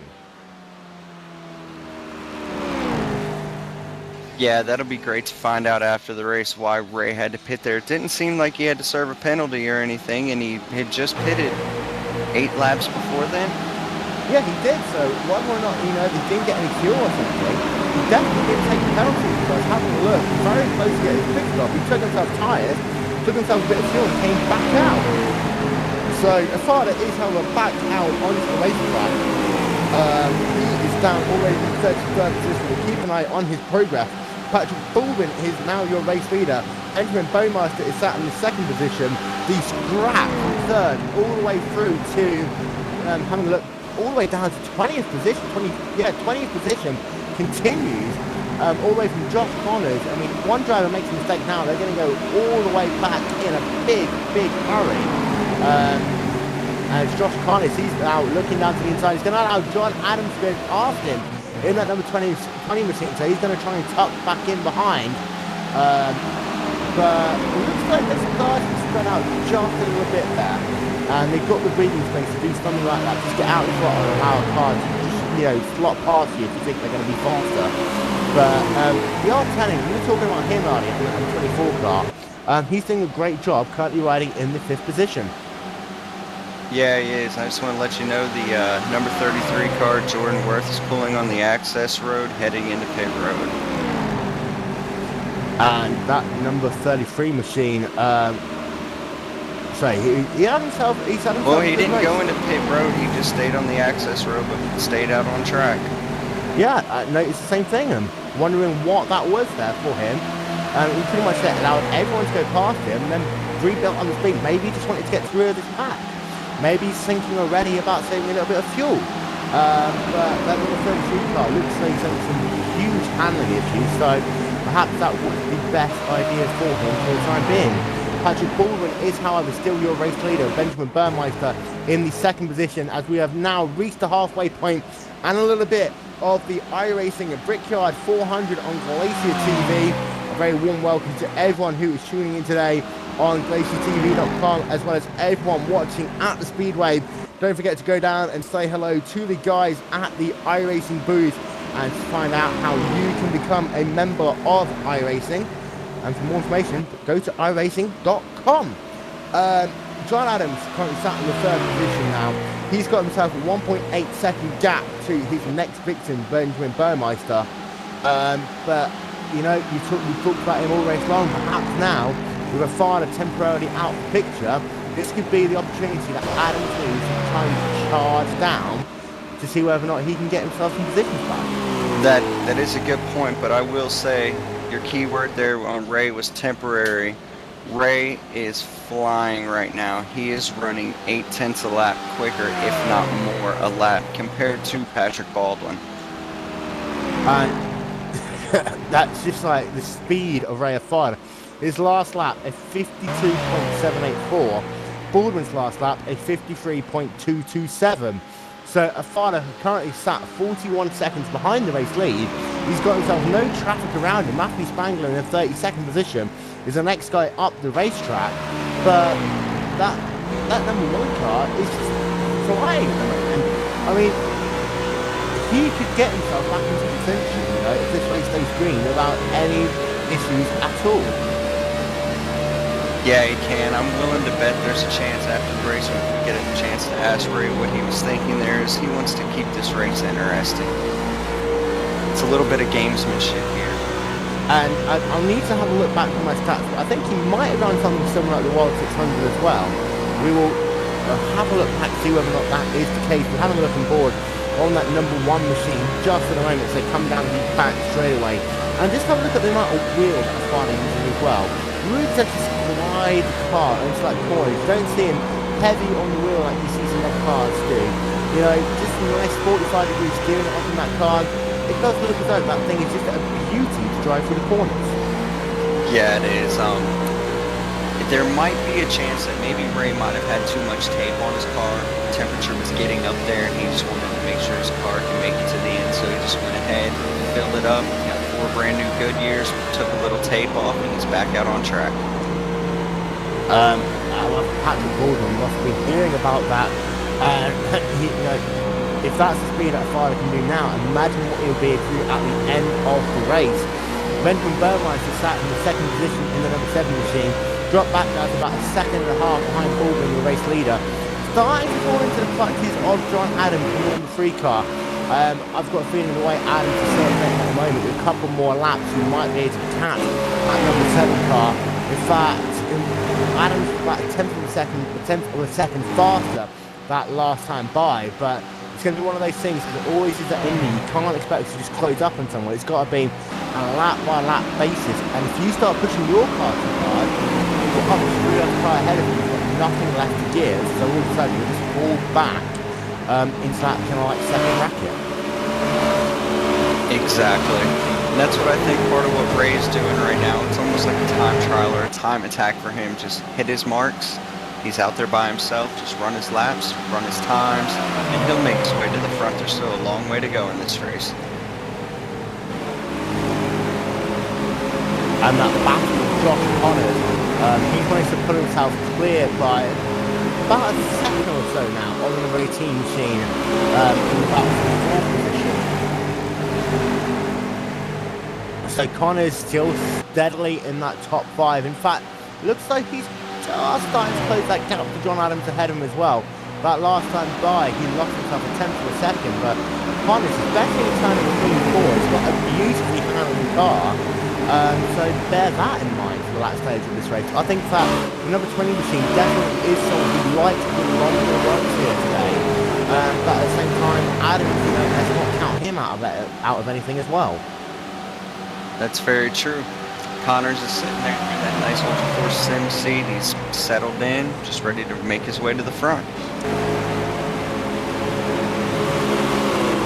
Looking back a little bit further back, the number 15, one of your picks will at least a top 5 finish. He's currently starting 6th, really now working on the 18 car of Jeremy Bagaska as they come down the back straight away once again. That number 15 car, it looks as though he's not really been able to show his full potential. He's always had traffic around. In fact, now down to the inside into turn 3, that was Stephen Gilbert there just breezing past him. All of a sudden, that number 13 car is just, you know, cranked up a bit.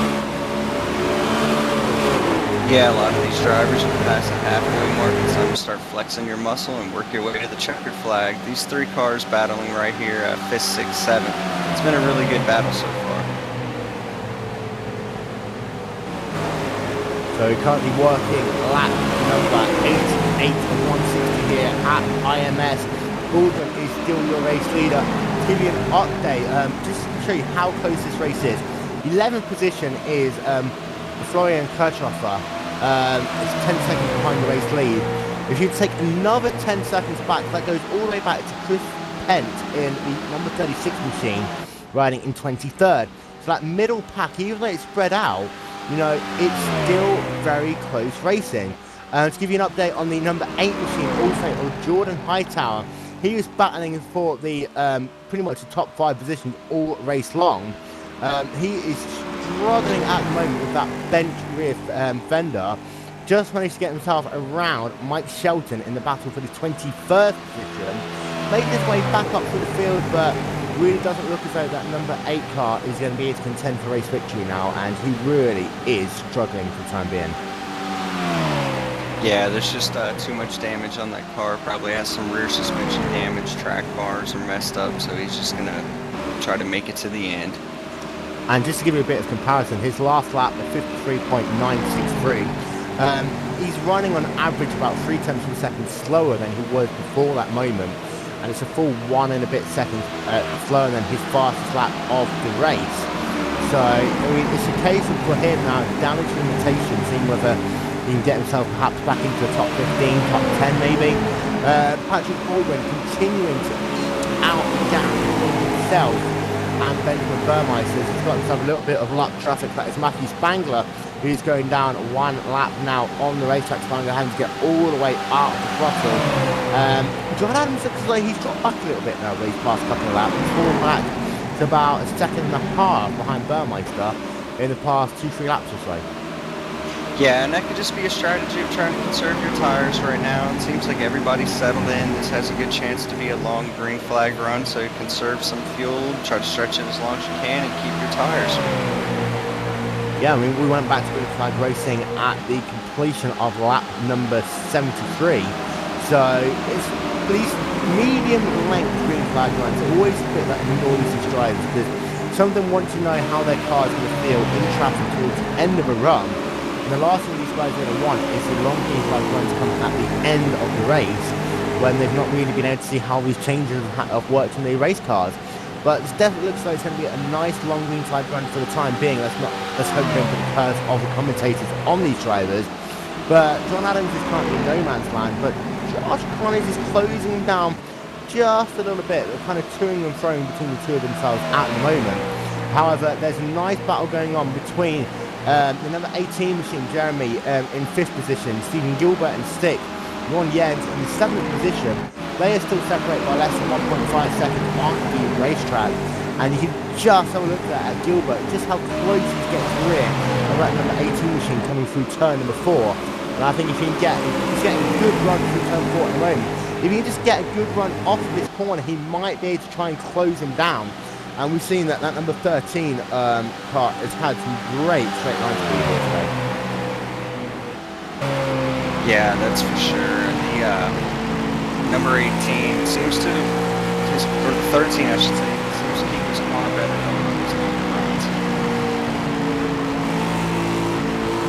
19. As you're having a look on board that number 13 machine, at the moment we've got some great camera angles that I'm having a look again. I cannot say thank you to our guys at GlacierTV for the work they've done over the past couple of weeks here. And that number 13 car looks like he's very good in turn number 1 and turn 3. Just loses out a little bit in turns 2 and 4. But you see that the 18 car just getting a little bit squirty for the exit turn number 3. This is going to allow Gilbert to close back to within about a car and a half length coming out of turn number 4. And it is sometimes a little bit deceptive this camera, because it looks as though you're a lot closer than you are at times, but you really got to have that speed coming off the corners, almost be bumping the car and having approach straight away before you can really get out and try and make pass.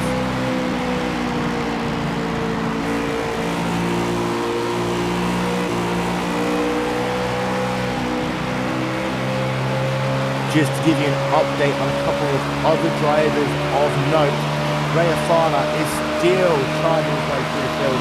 In fact, he needs to get himself around Charles 10. He's now up into the 31st position. And Taylor, he was riding a little bit higher up earlier on. He's had himself some bad laps. Lap number 82, he had himself that big moment which he had to come down pit road as well. He took himself 4 tyres, came back out on the track. He's been passed now by Ray Afala, and also he's right close up to the rear now of Antonio Pinero in the battle for the 29th position. So Afala on the move. Yes, he is. That's what I was checking. This is lap times. He seems about a tenth and a half quicker than the leader right now. And if we get this long green flag run, you know, he could bring himself back into contention. I mean, the speed that he's going is like he's looking down to the inside, and he will make it just breezes past that very car there.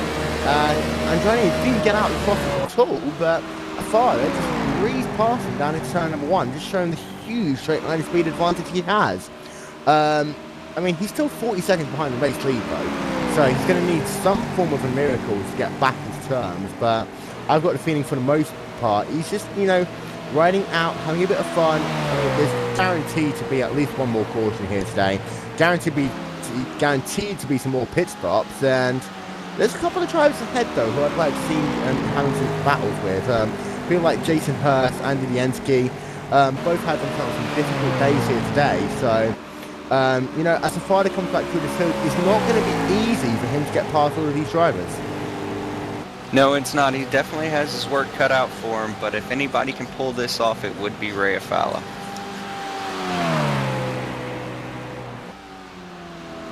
And looking at the battle for the race lead once again, Patrick Bullgren, he's pulled out now almost a 3-second gap over Benjamin Barmeister.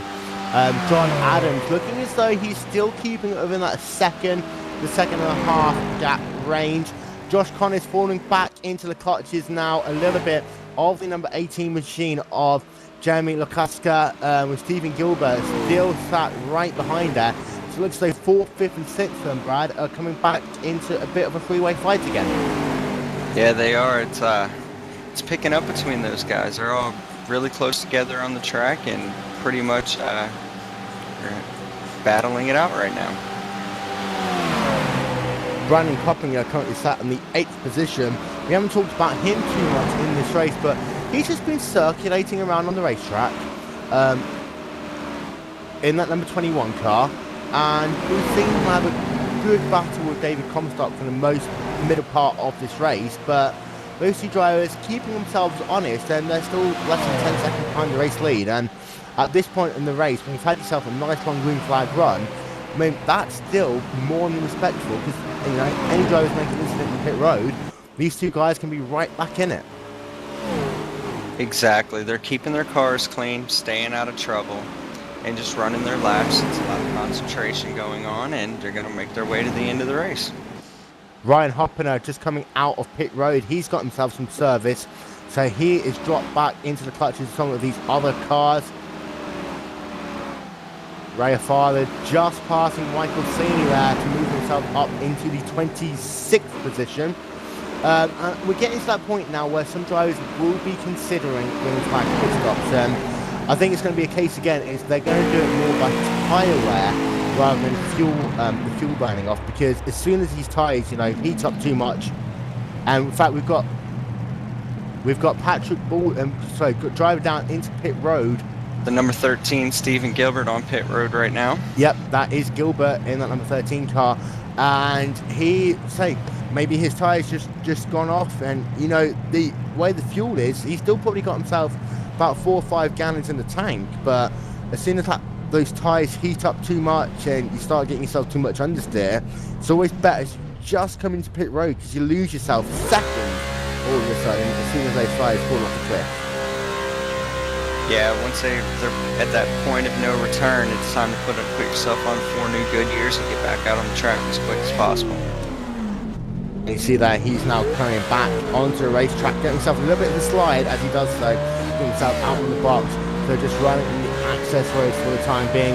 He's got himself Patrick Baldwin, who could just be putting him a lap down. So he's going to have to hope now that there's not going to be a caution between the time that he's going to have to hope there's not a caution the next couple of laps before Baldwin comes down pit road. In fact, he does stay on the lead lap by a couple of seconds there, so he'll be safe for the time being, but always something to keep in mind, you know, when you pit early, you don't want to go a lap down because otherwise you might end up being pinned there. Exactly. Right now, I bet you Steven and someone like Ray's maybe hoping for a caution. They can get back around, catch up to the lead packs, and work their way back to the front again.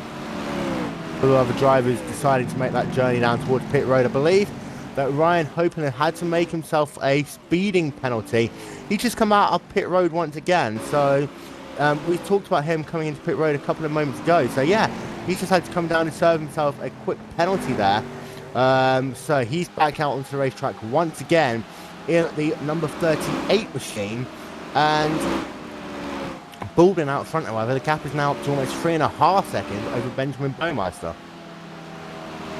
Yes, it is, with John Adams about 4.4 seconds behind Patrick. And as I'll come across the line, it will be 100 laps scored complete here. And a couple of drivers deciding to make that journey down to pit road as well. Brendan Coppinger is on track, on pit road even. He's the only car on there. In fact, the number 11 machine of Jake Paulin bringing that car to a stop, as does Alex Kahn onto pit road. Having a look to see if anyone else comes. Not for the time being. The 100 laps now scored complete here in the Brickyard 400 on Glacier TV. Brad, 60 laps left to go. This is about the time that you expect to see some drivers starting to put the hammer down, as Comstock there comes into pit road from the 10th position. Exactly, and speaking of putting the hammer down, Ray Alfala in P20 now, and I believe the number 4 car, Andy Lashinsky, will be going on to pit road, and he is pulling on to pit road right now, so now Ray is in 19th position. And the Ensky spins it there as he comes into pit road. He got himself drama on pit road. The number 33 car, pit road's completely blocked up there. We have stayed green for the time being, but that was it started off with the Ensky, as he came down into pit road, just spinning the car 90 degrees, pretty much blocking the entrance as he tried to turn his car around. The number 33 machine of Jordan West coming down in a big hurry, got himself into him, and very lucky there, staying green. Yes, it was. Andy just got the car, locked the brakes up, turned it around, and as he tried to move, he bumped the 33 and put him into the side. And Jordan Worth there, he got himself too much damage. He is now out of the race. The Ensky's been in the wars today. We expected him to be a lot further up than he was in that number 4 car.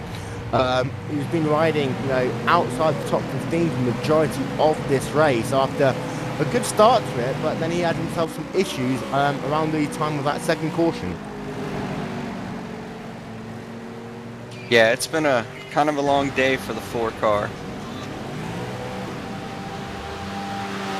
So Baldwin now, the gap is up to 3 3/4 of a second over Benjamin Burmeister. We expect these guys to come down pit road in about the next 5 or 6 laps by my reckoning. Burmeister looks like he's starting to lose quite a lot of speed in that number 7 machine, but Josh Connors sat in 3rd. He's fallen to 7 seconds behind the race lead. So Baldwin, as we talked about, on these long runs, he really does have the pace. And yes, Afana is, you know, comfortably fast at the moment, but Baldwin definitely had the speed to at least stay thereabouts. And he's called himself a huge advantage in that number 2 car. Yes, he has. Ray's best chance right now is a caution to come to gather the field back up. John Adams has made his pit stop and is back out on the track in 17th position. So the number 3 car of John Adams, his tyres were pretty much done to dust.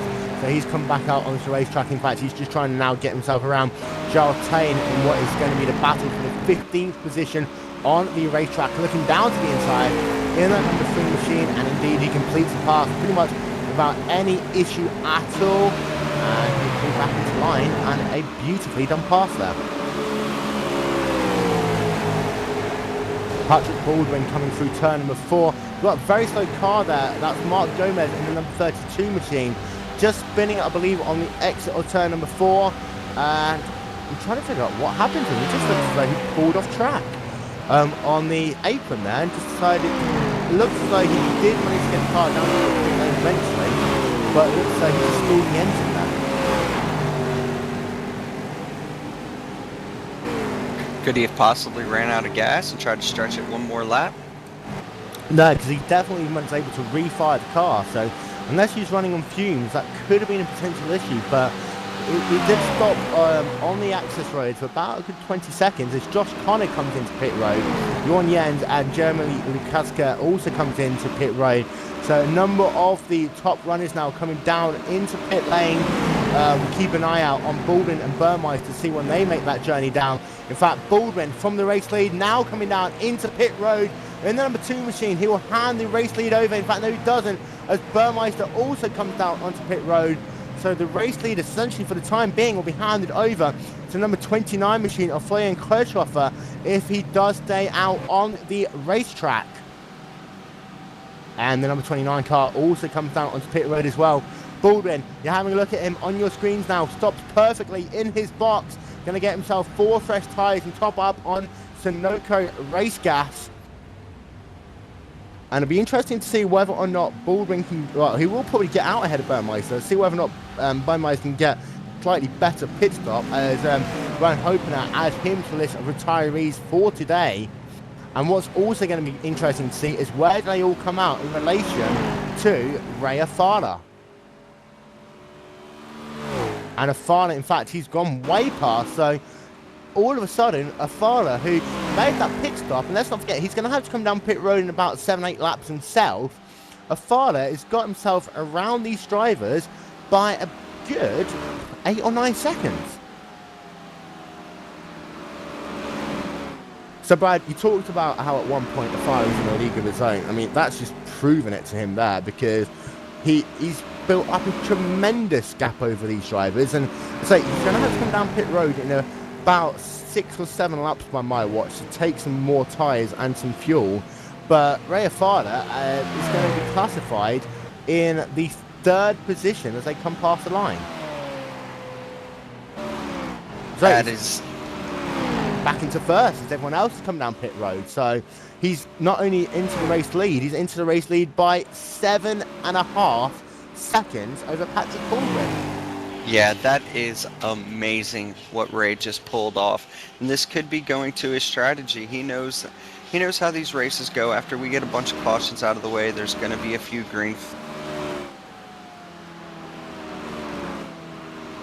So Ray Afara, the gap between himself and Patrick Baldwin, over 7.5 seconds is Afara working through turn number 4 momentarily.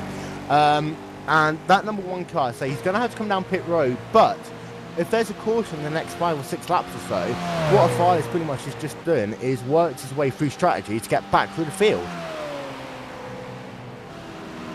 That is very true. He's using the gamesmanship right now to his advantage. Baldwin is currently sat in the 2nd position. John Adams was able to get around and Benjamin Burmeister in the battle for the 3rd position through that sequence of pit stop. Stephen Gilbert was able to move himself up into the 5th spot. Josh Connors comes out in 6th, with Charlatan right behind him still in the 7th position, however. So Connors hasn't got it easy for the time being. No, he doesn't, with Charlatan taking the inside, heading into turn 3. And they'll be too wide as they come down, and this is getting things get very, very close. Charles 10, they're both working, being passed even by Jorn Jens and Mark Gomez. Mark Gomez is lying down. It really does look as though Jorn Jens is struggling in that number 24 car. Is he trying to find his way down towards the pit road or something? Because he was way off the throttle, and you see that car coming down in towards pit road, and that was Anderson Pass, who's multiple laps down. But Mark Gomez, I mean, let's not take it out of the equation, because he has got a very fast car underneath him. He was unlucky earlier on, but it looks like Jens is struggling at the moment. Yeah, it looks like he might have some issues. Maybe he did a 2-tire stop. Having a look at the number 3 car of John Adams, currently in the 3rd position. And Adams has somehow managed to get himself back into contention for a podium finish. And yes, he sat 3 seconds behind Patrick Baldwin, but he's been able to really eke out some advantages over these past couple of laps. Adam says, just looking as though he's going to try a lap on Jason Hurst in the number 31 machine. Hurst is moving down to the inside, getting out of the gas to let him go past, but he's built up a good 2.5 gap now over Benjamin Burmeister in the battle for the 3rd position.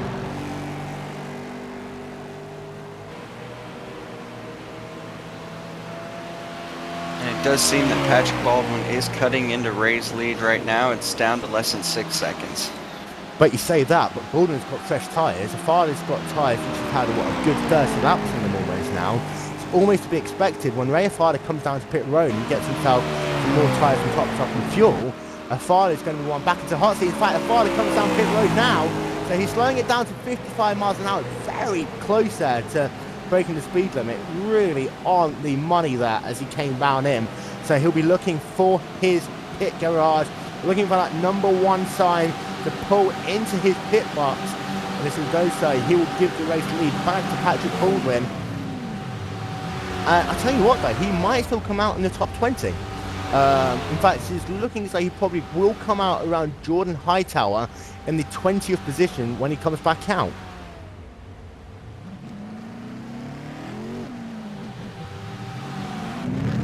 It's a really quick stop from Ray. He's coming off the pit road.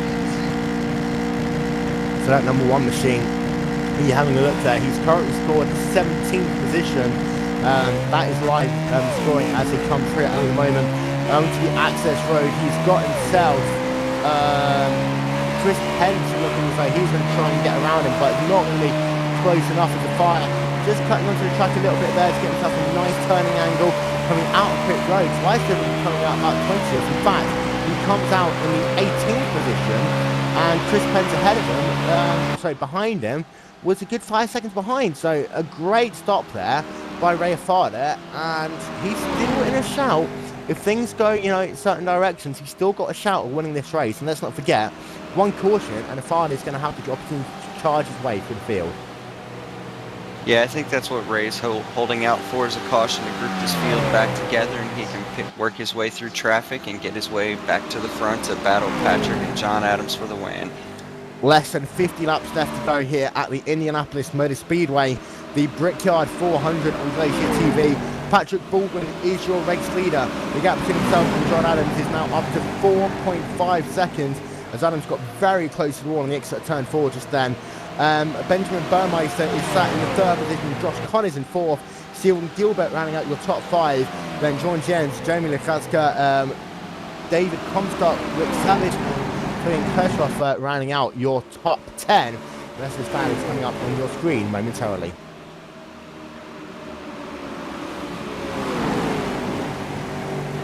I have to say right now, Baldwin has got himself into the best position, because even if there is a caution, if I was going to have to get himself through all the other drivers in this field, you're having a look at the battle from 3rd all the way through to 8th, and you can just see how there is very close racing going on. If I was a father having to, try and pick his way through this, it's going to be very difficult for him to do, because we talked about how Indy really is only about a move and a half wide, so you've got to be very careful in making move around the drivers, and we've had ourselves a long green flag run here. What we've been able to see is that, there's a big portion of this pack who's got some very, very similar race times, which make it difficult for a driver like Afada to slide their way through them. Yeah, he definitely has his work cut out for him, but I really think he can do it. If you look back at the Pocono race in the NISWC, he basically had to work his way through the field the last 10 laps and was able to bring home, I want to say, a top 5 finish in that race. Indeed, so he's got the opportunity to do so, but let's not forget that this track is a lot narrower in many parts than at Pocono. Gilbert we're having a look at him, we just had a look at him momentarily, we just flicked the cameras over to the number 1 machine, Ray Afada once again. But Gilbert is right in the middle of this pack, trying to close down Josh Connors in the number 20 machine. And Connors looks like he's struggling with this fresh set of tyres. He's really dropping back into clutches of the likes of Gilbert and Jens. And after the race that he's had, that number 20 car looks as though he's getting himself a little bit, he's getting himself caught up now in the last stage of this race, which is not what we want to be happening. No, not at all.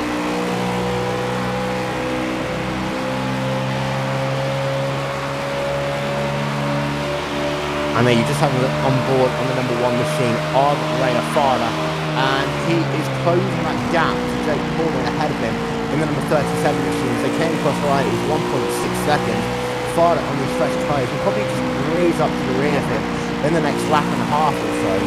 And I have to say though, some of these drivers in the top 15 especially, they've worked their way through it with a lot of strategy in the middle stages of this race. Drivers like Marco Paternin and then the 35 car, he's got himself back into the top 15 through strategy. Those like Al Jubres and Landon Hoffman. Hoffman had himself some issues early on in this race. In fact, he was the driver that brought out the first caution of the day. So back into the top 15 for him. Yeah, there are a lot of drive impact that have really used strategy to their advantage to put themselves in a really respectable showing today. And out in the top 3 position, Benjamin Burmeister is now caught up to the rear of John Adams in the battle for the 2nd position. The gap between these 2 drivers now less than half a second on the racetrack, and Burmeister really is looking forward to also see that Ray Farley just breezing past Colin as he said he would like to do so. But Burmeister now looks like he's on the charge, and Adams is going to have all of a sudden have to drive a bit more defensively. Yeah, Benjamin seems to be catching John quite a bit. He's about 0.3 of a second behind him right now and looking to improve that coming down the backstretch into turn 3. And John Adams in that number 3 machine, he has been in the top 5 pretty much all race long, as has Benjamin Burmeister. Let's not forget Burmeister started this race from the pole position. Adams, however, started this race all the way down from 7th position, we'll say. But I think, to be fair, Patrick Baldwin, who started this race down from 22nd, really does show that you can pass on this track, but you need to use a little bit of strategy to help you along on the way. And that time that he stayed out on the racetrack, we all said that he's crazy for doing so, but of all the drivers to try it, he was the only one that was able to put it off. Yeah, Patrick has ran a great race today, especially with the with Ray having to pit earlier, probably to remove tape from his grill. It seems Patrick has been able to capitalize on that, and he's running a very strong race at the moment. And don't forget, next Friday, the next iRacing World Tour event will be the Indy Grand Prix of Mid-Ohio. That will be on at 11 p.m. GMT, 7 p.m. Eastern Time. The IndyCars in Mid-Ohio, always one of the most favourite combinations to race on. Brad, we're both IndyCar boys. It's going to be a very, very tight and challenging race for that. Yeah, Mid-Ohio, great track. It's going to be an excellent, excellent race, and I'm really looking forward to it. So we're kicking off the Indy Grand Prix of Mid-Ohio weekend there with the iRacing World Tour event, and of course you can see that on GlacierTV next Friday night. Patrick Baldwin there, just getting himself a little bit loose there as he's coming up towards the lap traffic. That is the number 34 machine who just put a lap on. That was Mike Shelton there. But ahead of him, this is that time round where these drivers who stayed on the lead lap for the most part, with that sequence of green flag pit stops, they are starting to fall by the wayside and get themselves pinned the lap down. But we've still got ourselves 24 cars on the lead, sorry, 23 cars now on the lead lap.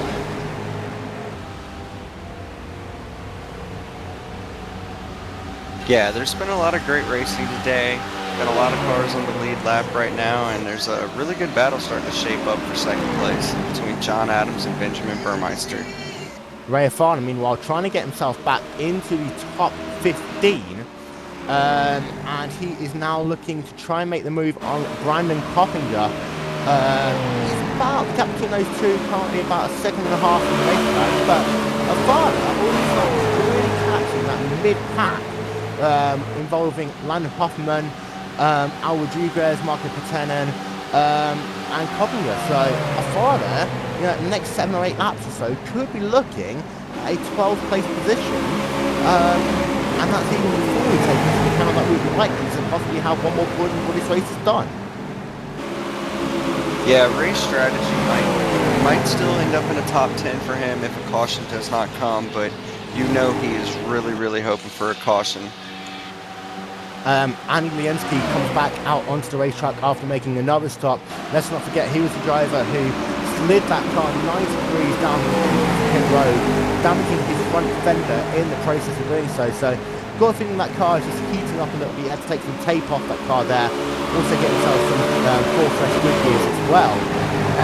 He's had a really difficult day, has Andy Liensky, in that number 4 machine, currently riding in the 27th position, now scored 2 laps down, and you wouldn't have said that about him coming into this race, Brian. No, you wouldn't. It's been a really long day for Andy. He's had some struggles, and the incident on the pit road has really set his day back. But you know he'll rebound and come back stronger in the next race. Oh yeah, Liensky is one of these drivers who we'll be keeping a very close eye on as we approach that kind of whole pro season coming up. You know, the last chance to make next year's DWC race is closing down on people. So you expect Liensky to be one of those drivers who will come into play at some point. I'll tell you what though, really close racing now with Cobbling, a Patenen and a Farley. Number 22 machine of Hoffman there is the next victim. A Farley looks like he's got himself an extra 100 horsepower as they come down the front straightaway. He's going to try and clear Hoffman coming down into turn number 1. And his next victim will be Albert Rodriguez. And all of a sudden, moving farther up into the 13th position. No blink of an eye there. Yeah, Ray's on the move. This strategy could turn out for him somehow.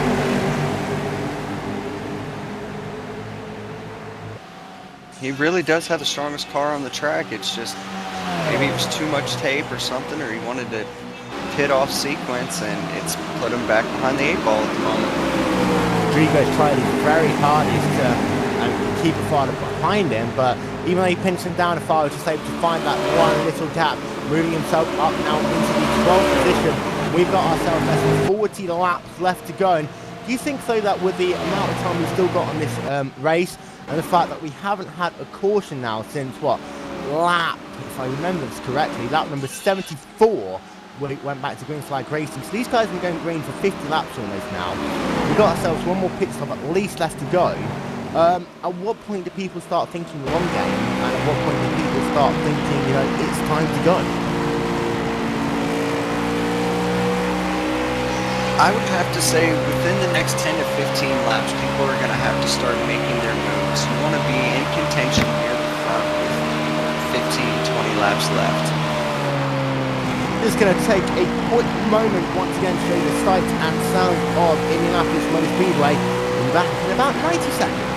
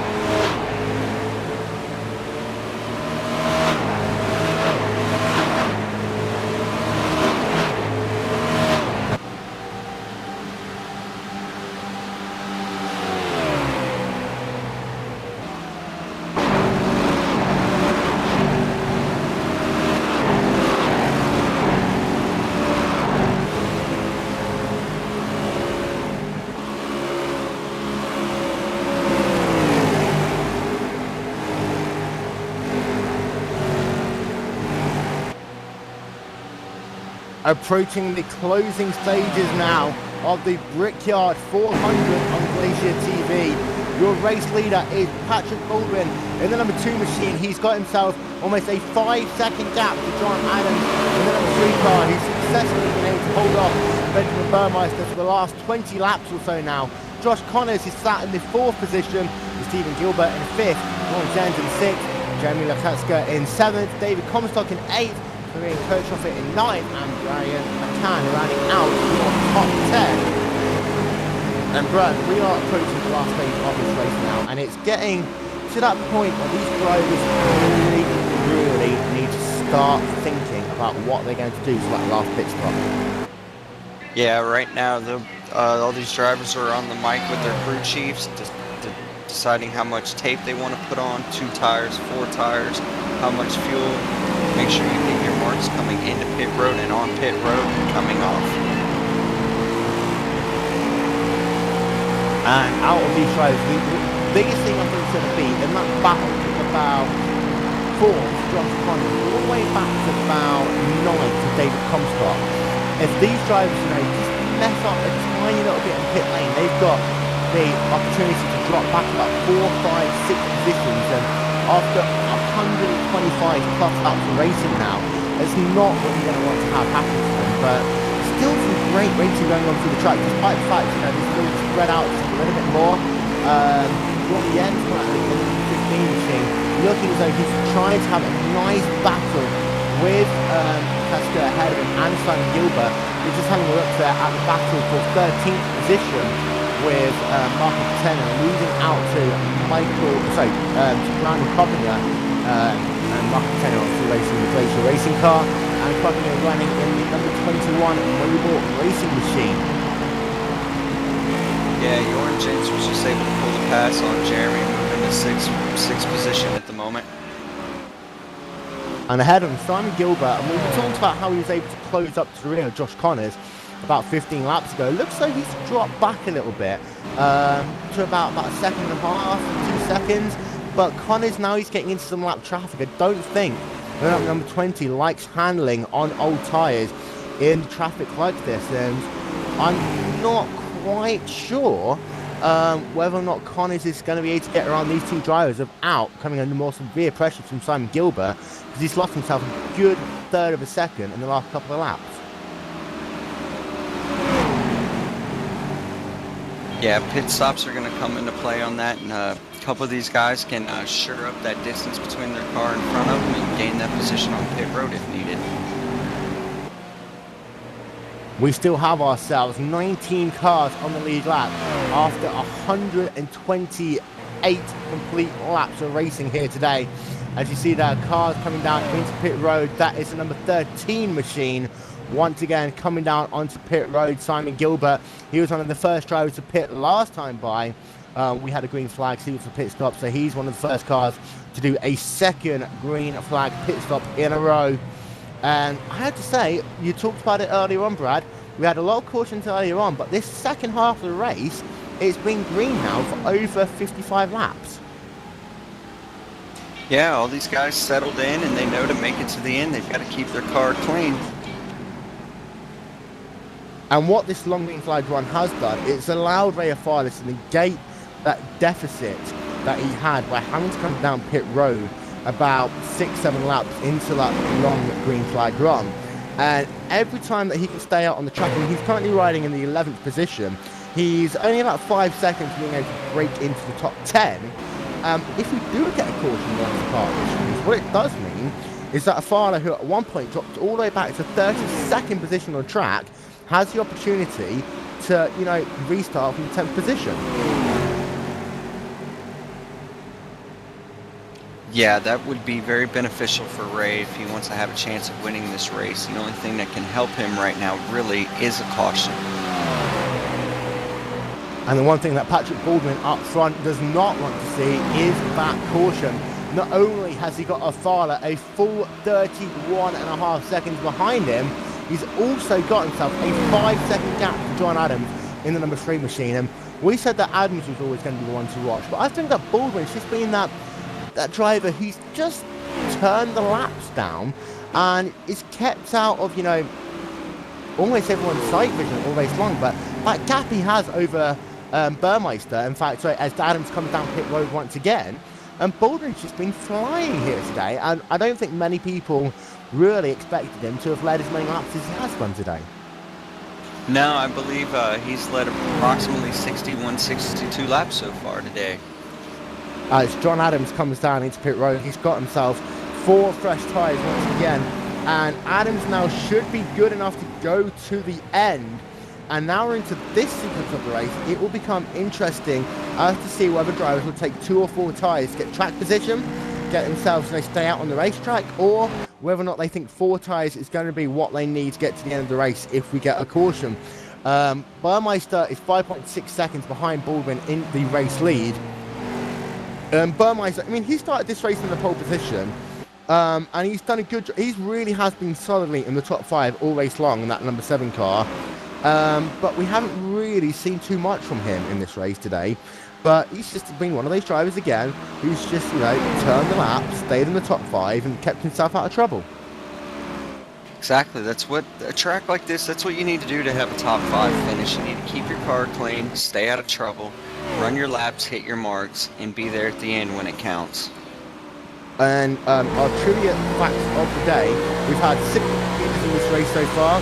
The driver that led the most laps is Patrick Baldwin now with 61. Ray Farley in the second position with 49 laps led.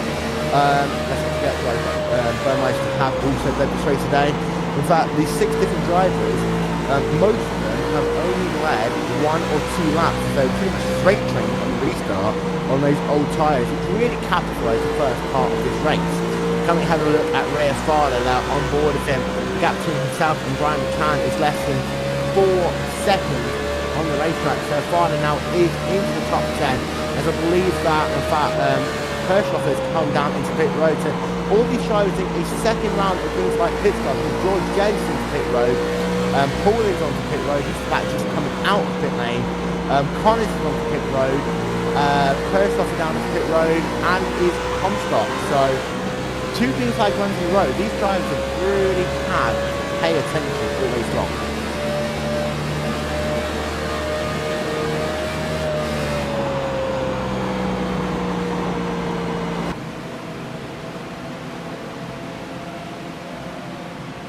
So we've got ourselves about 36 left to go on the iRacing Brickyard 400 on GlacierTV.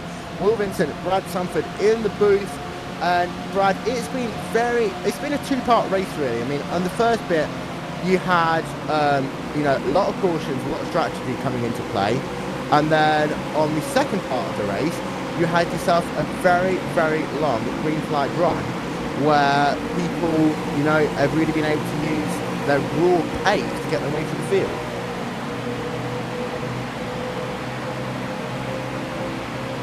Yeah, these long green flag runs seem to change the race complexion in an interesting manner. It's being if people have their cars set up for a long run compared to these short ones that we had early on. Patrick Baldwin is still your race leader. He should be coming down pit road in the next 4 or 5 laps or so. Let's not forget, he was one of the last cars to pit on the last sequence of green flag pit stop. Benjamin Burmeister, we expect him also to come down pit road in about 3 or 4 laps time. Once again, up into the 3rd position is Ray Farah. Brian McCann, he's moved himself up. He was up into the 4th position. He's just come out of pit road, so he's put back down the field. And John Adams was rounding out the top 5. In fact, he still is. He's moved himself now up into the 4th position in that number 3 machine. And John Adams, I know he's been one of your top favourites in this race, but looks like his car doesn't seem to work in traffic as well as all these other drivers. And he's always found it difficult to get around, some of the drivers who's got the raw speed to be faster than them. But it just looks like that car's just designed to run by itself. Yeah, it's the difference between clean air and dirty air. And depending on how much tape he has running on this car right now, just hopes he can make it to the end and keep his nose clean. And let's not forget, with Ray and Farley going to be the last car to come down pit road, which will probably be about 20 laps to go. Do you think that Farley could get away with putting more tape in that car for the last bit of the race? We think that he had some on earlier. We're going to have to interrupt there. Baldwin's coming down pit road from the race leads. We'll pick up on that Ray Farley thing in a moment's time, as Baldwin is going to relinquish the race lead, perhaps Ray Farley for the time being, down to 55 miles an hour. He'll be looking for that big number 2 sign. And you can just see as well from that onboard camera how hard it is to see your pit stall until you're literally right on top of it. He's now taking 4 tyres. He'll top up with pretty much about 2/3 of a tank of Sunoco race gas. That'll get him towards the end of this race. Taking 4 tyres there, back out onto track.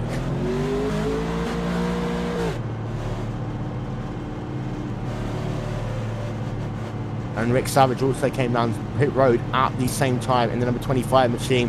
He's coming back onto the track in a matter of moments time.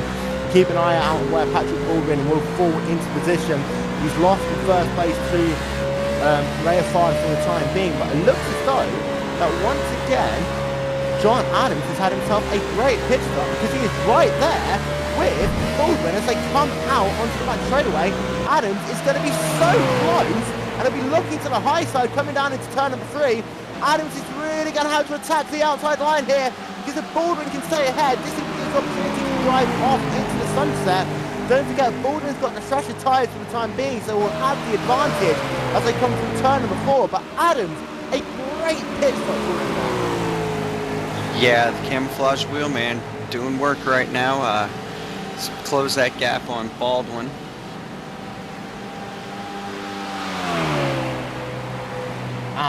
You just see that the speed advantage that fresh tyres will give you.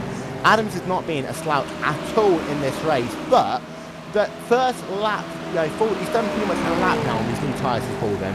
He's been able to pull out almost a second gap on Adams from the time that he came out of pit road, and they were pretty much side by side. Yeah, and if you noticed at the line, Patrick Baldwin was behind Ray Fowler by 15 seconds. Last time there was a green flag stop like this, wasn't it about a 7-second lead he had at that time, so he's doubled it over this run. Yeah, Ray Fowler has really stepped up, and he's taken 2 tenths of a second, 3 tenths of a second each and every lap. And I'm sure that Fowler will need a caution at some point to bring him back into full contention, but that number 1 car really has been the class of the field yet again. And the way it is at the moment, he will likely come back out into somewhere around the 9th position at worst. So 20 positions he's gained over the sequence of 50 laps. Yeah, that's impressive what he has done today. It would still be interesting to see if a caution came, to see what he could do at the end here. When he makes his pit stop, you had asked, about tape earlier, and I think there's a chance with 20 laps left in the race, he might throw a high percentage of tape on that car to get as much speed out of it as he can at the end to get up to pick up as many positions as possible. So, Ray Farah is currently scored as your race leader. He is, however, on a completely different strategy from that of Patrick Baldwin and John Adams. And in fact, all the other drivers in the top 10 for the time being. Farah had to come in about 8 laps into the green flag sequence of run, just for the fact that we don't know why. We expect it's the fact that he had to take some tape off his car, or the fact he might have got a bit too much heat into one of those tyres. However, he's currently scored 13 and a bit seconds ahead of Patrick Baldwin. Baldwin is currently circulating faster than Farah on the racetrack. Let's not forget that Farah's got pretty much worn tyres now. Baldwin has been on his tyres for about 3 laps now, so we'll see whether or not Farah comes down pit road this time. Not just yet. We expect him to do so in the next couple of laps, however, judging by our previous statistics. We have been green, though, since lap number 74. So we've had 2 complete cycles of green flag pit stops here at Indy, and it really does, Brad, show some of the talent here in this field. It was a bit bitty early on this race, but in the second part really has been all about just driving and keeping that car, on the ragged edge but out on the wall. Yeah, I think nerve settled down. It took the first half of the race to get everybody calm, everybody in sync, and just run their race, and that's where we're headed at this point with less than 20 laps to go. And for Farley, he's not only going to, come down pit road, he will only have to make 1 more stop. He will also have to take a lot less fuel than a lot of these other drivers around him, so that will help negate a bit of that advantage even more. In fact, I'm having a look through the pit lap times, and I've got a feeling he could fall in right around likes of Jeremy Lukatska in the 18 car, Bjorn Jensen in the number 15, around 7th place position the way he carries on. And if he pulls that off, that would be a great pit lap and pit stop for him at that time. And for those of you wondering why we've been harping on about a fire for the last 5 minutes or so, he did have to come down pit road. At one point he was 42nd behind the race leader. Just having a look there at the number 6 car, that is Aaron Rubed, working down on Landon Hoffman. And then comes to the approaching that battle for position. Very close as they came to the turn before there. You saw that on the camera. Inches apart from each other. Hoffman now having to get out the bottom a bit, but running the outside line very well. Got some good bit of momentum coming off turn number 4 as they come down into turn number 1 once again. Hoffman is going to look like he's going to have to relinquish that position for the time being. He might try and do the cut under through turn number 1 that we've seen a number of drivers do here today. But still some good solid racing going through the field. But as this race continues to unfold, you know, drivers will pin each other down a little bit more, and that's perhaps, Brad, where we're going to see that final caution. Yes. Benjamin Burmeister is now down to 21st position. And scored 1 lap down in the number 7 car. And he's doing another pit stop, so he's come down into pit road once again. We'll have a look to see exactly what happens to him. Having a look at Ray Afada. In fact, Ray Afada does now come down pit road. This will be for the final time for him. Ray Afada from the race lead. We'll see where he feeds back into this one. At the same time, Benjamin Burmeister in the number 7 car is out of the race.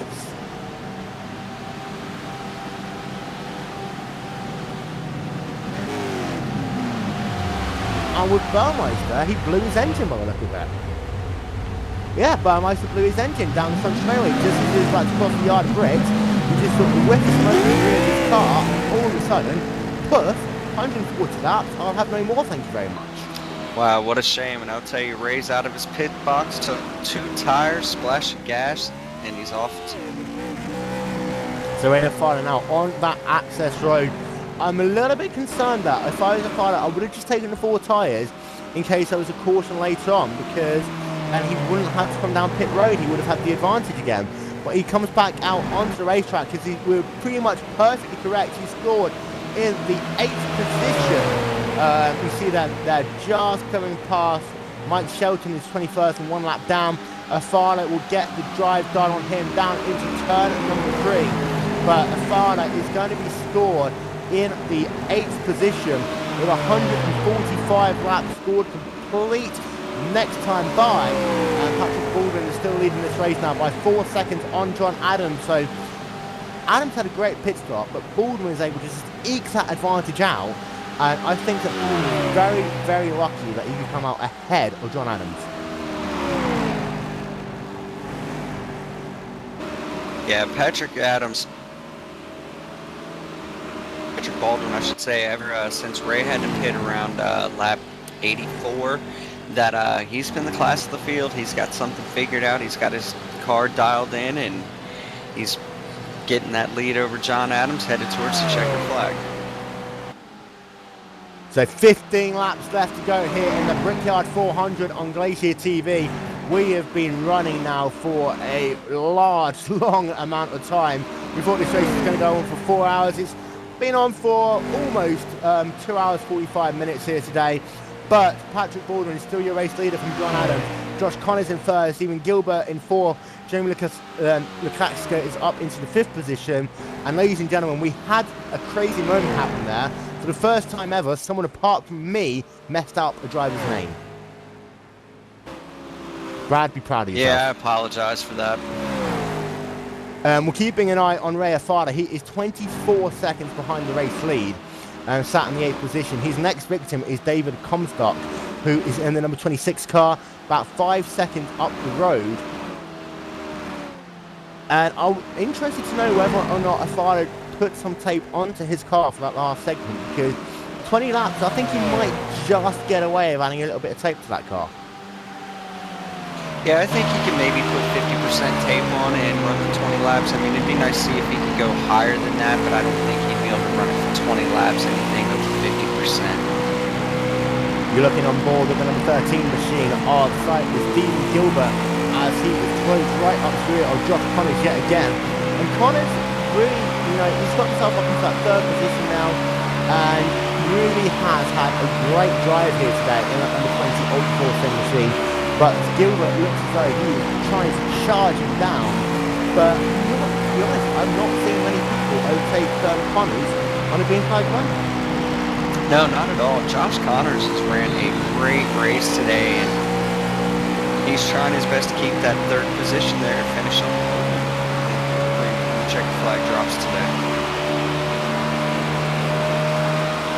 Having a look through your race retirees for today, shall we say then. We've had Matthew Larkin out of the race, Wes Wademan out, Martin Tim out, Eugene Mosganoff is out of the race, as is Tyler Morgan, Matthew Spangler, Adriano Pinero, Gordon Reth, Brian Hopner, and Brian Callan. And Mark Gomez is currently the last car circulating on the racetrack, 30th and 19 laps down.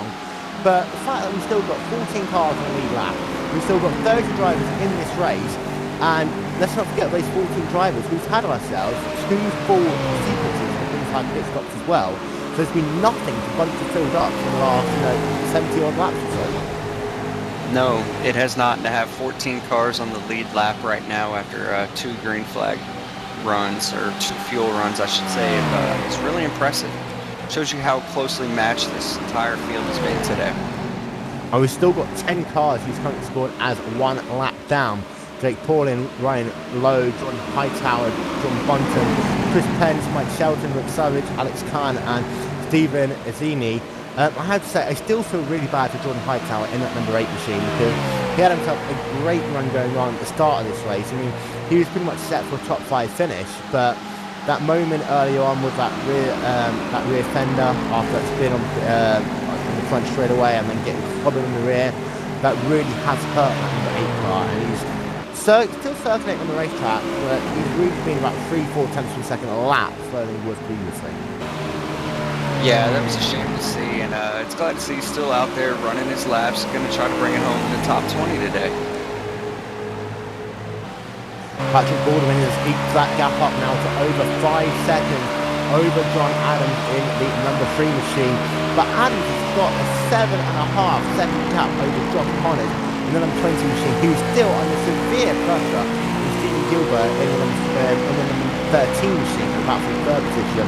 You're having a look there from the rear of David Comstock in the number 26 KPM machine, as Ray Afana is closing dramatically on him.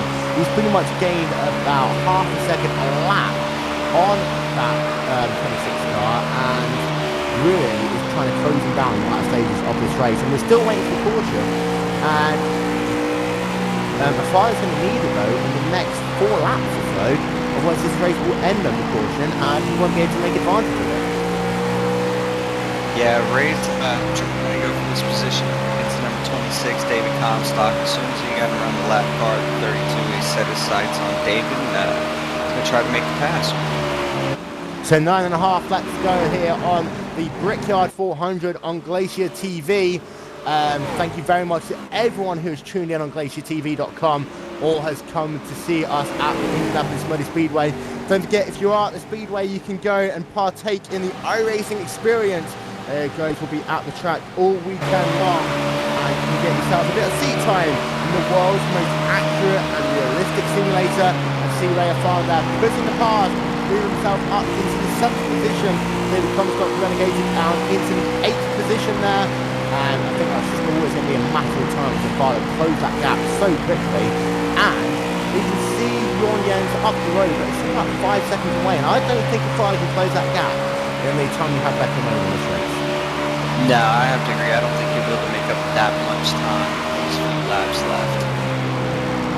And let's not forget as well that Afana won both of his wins in the World Tour event this year under the caution flag. So there's no offense to him, he's dominated the race up until that point, but we've had late cautions have been the order of the day in the NASCAR World Tour events this season. So bear that in mind as we come to the end of this race. For drivers like John Adams, I think they would have loved to have had a couple of lap shootout to try and work on Patrick Baldwin. And I remember at Charlotte as well, we had a great moment there. The name forgets me for the moment on driver who made up about 7 positions in the space of 3 laps at Charlotte Motor Speedway at the end of the race. Tremendous driving by him. I would love to have seen the father try and do the same. In fact, I know it was one of the father's JR Motorsports teammates. I'm sure it's something that comes in the JR Motorsports family. But we've got ourselves now less than 8 laps left to go with Baldwin as your race leader. You can see on your screen at the moment the battle between Josh Connors in 3rd, Stephen Gilbert in 4th, and Jeremy Lukatska in the 5th spot. Connors has managed to keep that gap at about 5 tenths per second. Gilbert's not been able to find a way to close those last couple of attempts and try and find a way past. No, he hasn't. I've been trying to keep an eye out for Steven to see if he can get up there to Josh to try to snatch that podium position away from him, but it's just out of the grasp of his fingertips. Completing the top 10 at the moment is Brian McCann in the number 17 machine.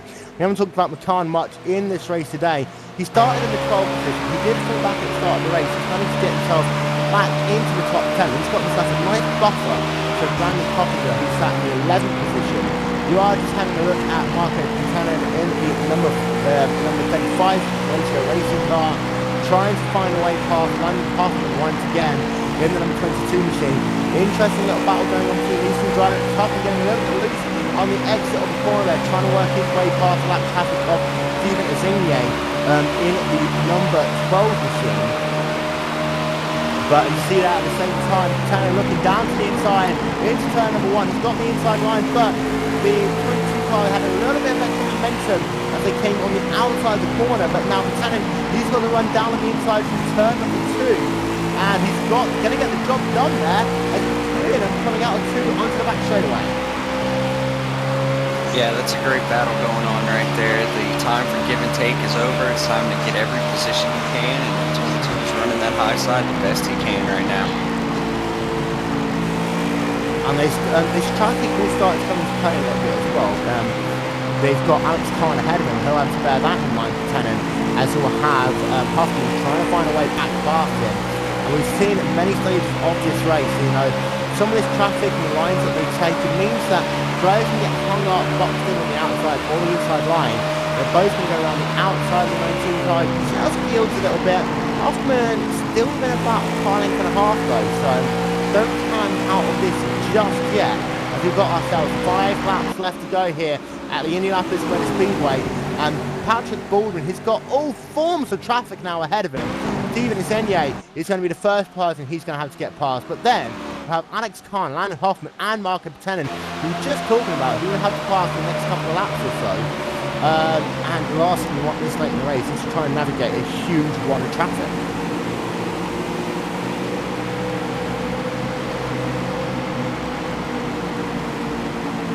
And as they come out of turn number 4, that'll be lap 156 of 160 in the books. 4 laps left to go. 10 miles of the Indianapolis Motor Speedway for Patrick Baldwin. I'll tell you what, if you get a caution now, this race will be done for the afternoon. You see a car there coming out of pit road. That is Adi Lienski. His woes continue in the number 4 car. Just now trying to coax it towards the end of the race.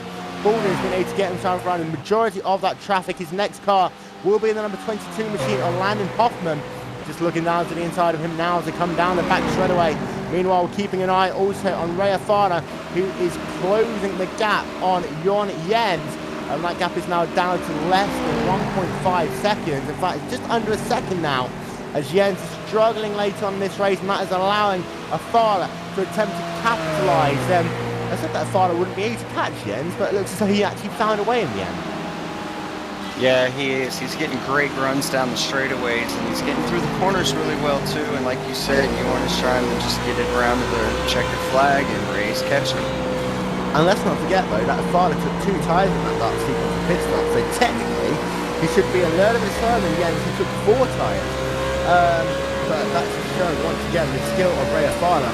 I don't think he'll be able to catch Jamie Katsuga in the battle for the 5th position. And we've only got ourselves 3 laps left to go. In fact, Fana is really going to have to be determined to even get that 6th spot away from Jon Jens in the number 15 car.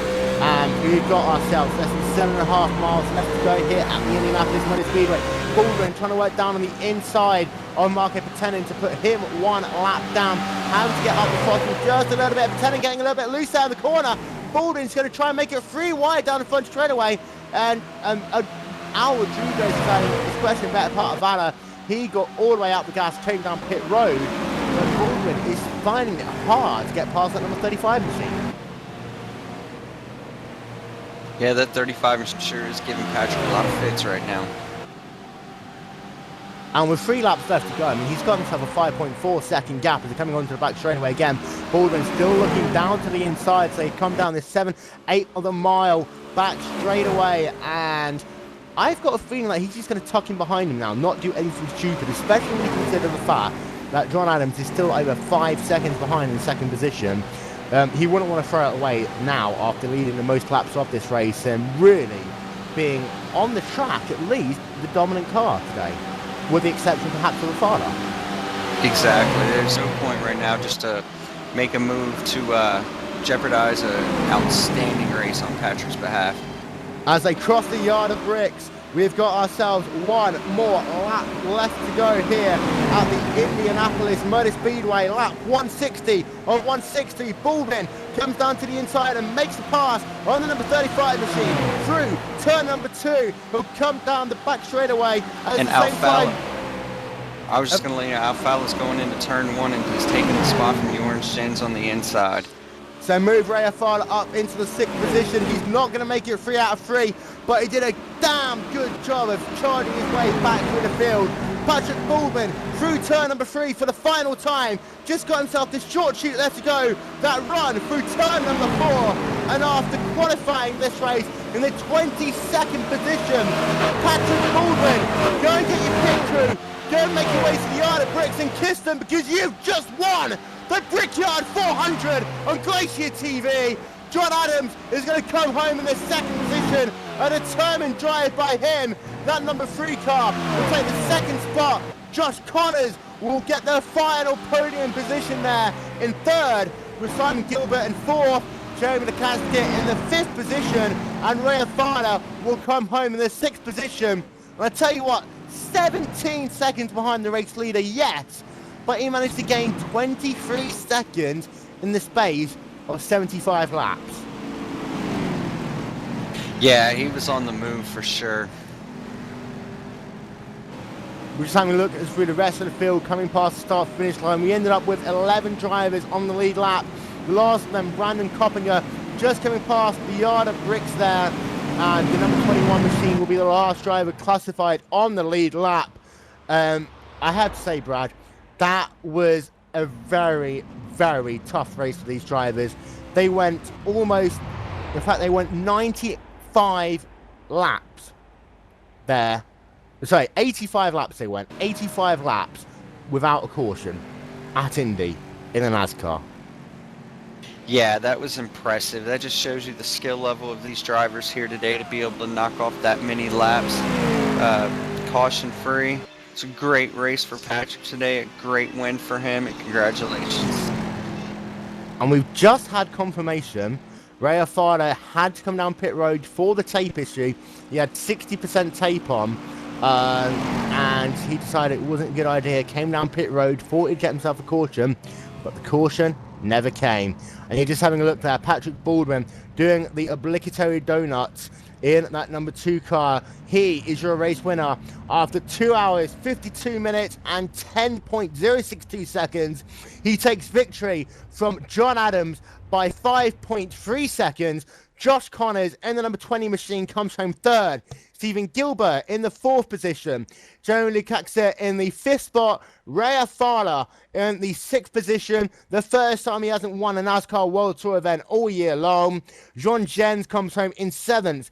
David Comstock in 8th. Florian Kroshofer in 9th. Brian McCann in 10th. 11th, Brandon Coppinger. 12th, Marco Patenin. 13th, Landon Hoffman. 14th, Jerry 10, 15th, Jack Paulin, 16th, Ryan Lowell, 17th, Jordan Hightower, 18th, John Bunton, 19th, Chris E. Pence, 20th, Rick Savage, and you'll see the rest of your final classifications coming up on your screen momentarily. And I'm not quite sure who we're going to have the chance to talk to here this evening. However, one thing is for certain, John Adams, you came home 2nd in that race, and considering the length of that last green flag run, I'm sure you're going to have to be very happy with that. Oh, yeah, for sure, man. I mean, that race right there was, I think it was long, and I'm really glad we ran that long green at the very end of the race. I wasn't expecting that at all. Like, Sucks for Ray Alfalo though, because he put on 60% tape and he had to pit because it was planning on blowing up. So pretty sure Ray would have won the race if he didn't have done that. But either way, I mean, second place is, I mean, I'm happy with that for sure. And on that final pit stop, it looked as though you had just the slightest opportunity to take a lead away from Patrick Baldwin. How much different would that race have been had you been able to clear him down that back straightaway coming into turn number 3? I'm not too sure because I had about 7 or 8 lap older tires than Pat did. I mean, he just had got a fresh set, so I knew that he was going to pull away either way. There was no way that I would have held him off because it was probably about, I'm going to say 5 or 6 tenths faster than me, so I was just there for the long run pretty much to finish second. And how satisfied is it to get yourself a top 3 finish at the Brickyard on what is always one of the greatest weekends of racing? Oh, it is awesome, man. I really wish I would have came home with the win, but second place, I am very, very happy with that. And we'll just, go on and do some more world events for the rest of the season. And have you got any of your teammates, etc., who you'd like to thank at all? I'd like to thank all the guys back at Wheelman Inc. We actually built the setup for the DWC race last Tuesday, and it ran pretty well. I finished 7th in that race, and I figured the setup would transfer over pretty well for this new build that we got, and it did. So it wasn't exactly the same speed, I don't think, because it didn't feel right. But either way, I mean, second place finish, it's good enough. And I like to thank my sponsors, GSRacing.net, Mojo Portable Spittoons, Xlander Designs, and TrainingPaints.com, and JDR Graphics, and everybody else that helps me out. And the next time we'll see you in a World Tour event will be at the Talladega Showdown later on this year. You looking forward to that one? Oh yeah, for sure. Since we got the 2-car tangos and everything now, that should be a really fun race. I can't wait for it. Well, congratulations on your second place finish, and good luck for yourself and your team in the rest of the DWC season, and well done. Thank you guys very much for putting on the broadcast. Great race, John. And Brad, it's that time of the day I'm going to have to ask you, driver of the day. You got to say Patrick Baldwin. He ran one exceptional race. He was the best strategy. Ray Alfalo was extremely impressive too. Just that 10% difference in tape from 50 to 60. And, one of the lessons that people will learn from Indy is never take the track for granted. Even though the car might be running perfectly fine with one level of tape, 10% different is all it needs, and all of a sudden, you've got a car, that's ready to blow up on you. Personally, I'm going to have to say that I agree with you, Patrick Baldwin, because, he didn't come to this race as favourite. He qualified 22nd, right alongside Afala, but he's one who didn't make any mistakes. He's one that got out in front. He's one who gapped himself enough so that on that last sequence of pit stops, when Adams, had a great in-lap and a great pit stop, he was able to just keep that lead. And, it's the big picture that you have to think about on these long green flag runs. Exactly. And I've said it better myself. Don't forget that the next time the iRacing World Tour on Glacier TV will be broadcast will be next Friday night, 7 p.m. Eastern Time, 11 p.m. GMT, for the Indy Grand Prix of Mid-Ohio. The Dallara IndyCars will be taking to the road track of Mid-Ohio for what will be a very interesting race. Drivers like Nico Brandt, Mark Fangman look forward to seeing some of the best open wheel IndyCar guys battle it out on the streets of Mid-Ohio. And we're just gonna stay here for a couple of moments time. And tomorrow, don't forget, we've got the International Simulated Open Wheel Championship coming to you from Infineon. I'm not allowed to say that anymore. So Sonoma Raceway. That will be at 5 p.m. GMT. And on that bombshell, it's time to say congratulations to Mr. Patrick Baldwin, who's just come back from kissing the virtual yard of bricks. Congratulations to you. Oh, wow. Thanks, guys. I really wasn't expecting that. I don't even know really what to say. I kind of got lucky there. I guess Ray threw on 60 tape on that last yellow, and he was just trying to go for that little bit more speed, and I guess he had the pit, and next thing you know, I ended up getting the lead after that and lucked out. Overall, it was a really great race out there. Last 80 something laps under green, and I want to thank everybody for the awesome race. And thanks to you guys for broadcasting it too. Not to worry. I mean, it was an 85 lap green flag run there at the end, which is one of the longest we've seen in World Tour history. And take us through the emotions and what was going through your going through your mind when you saw Ray Afala from the race lead dive down pit road there. Well, you know, what I was thinking was actually that he was like just wanting to have more fun or something, because he was just so dominant, and I'm like, well, maybe he just wants to make it a little more difficult on himself, and he was just like a tenth or two faster than me and the rest of the field. But I guess he threw on that tape, and then I didn't think it would stay green either, and just worked out that way, I guess. And by the end of the race, I kind of just tried to bring it home, but try and keep in my pace. I was still having some trouble with the lap cars. I guess I could have backed off, but I just wanted to kind of stay in that rhythm just in case it was a yellow. I could have had more cars in between me too. And that last pit stop, you came out literally side by side with John Adams.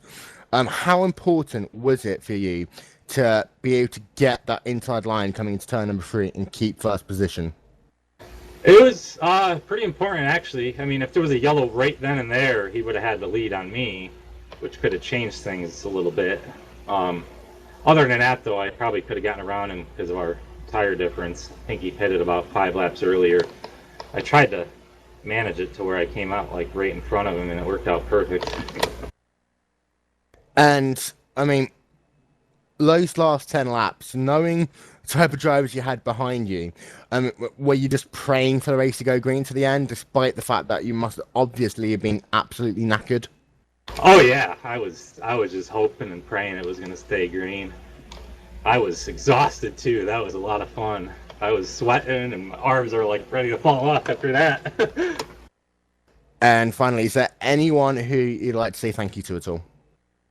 Yeah, I'd like to thank you guys first, and all the guys over at Sim Chassis for the work. I actually brought over my DWC setup from the race on Tuesday, and where I finished 6th there, and just got the ride heights legal and just raced it. That was about it. So thanks to everybody. Also everybody in that race. That's right, and we'll hopefully see you at the next NASCAR World Tour event at Talladega in a couple of months' time. And Brad, closing thoughts.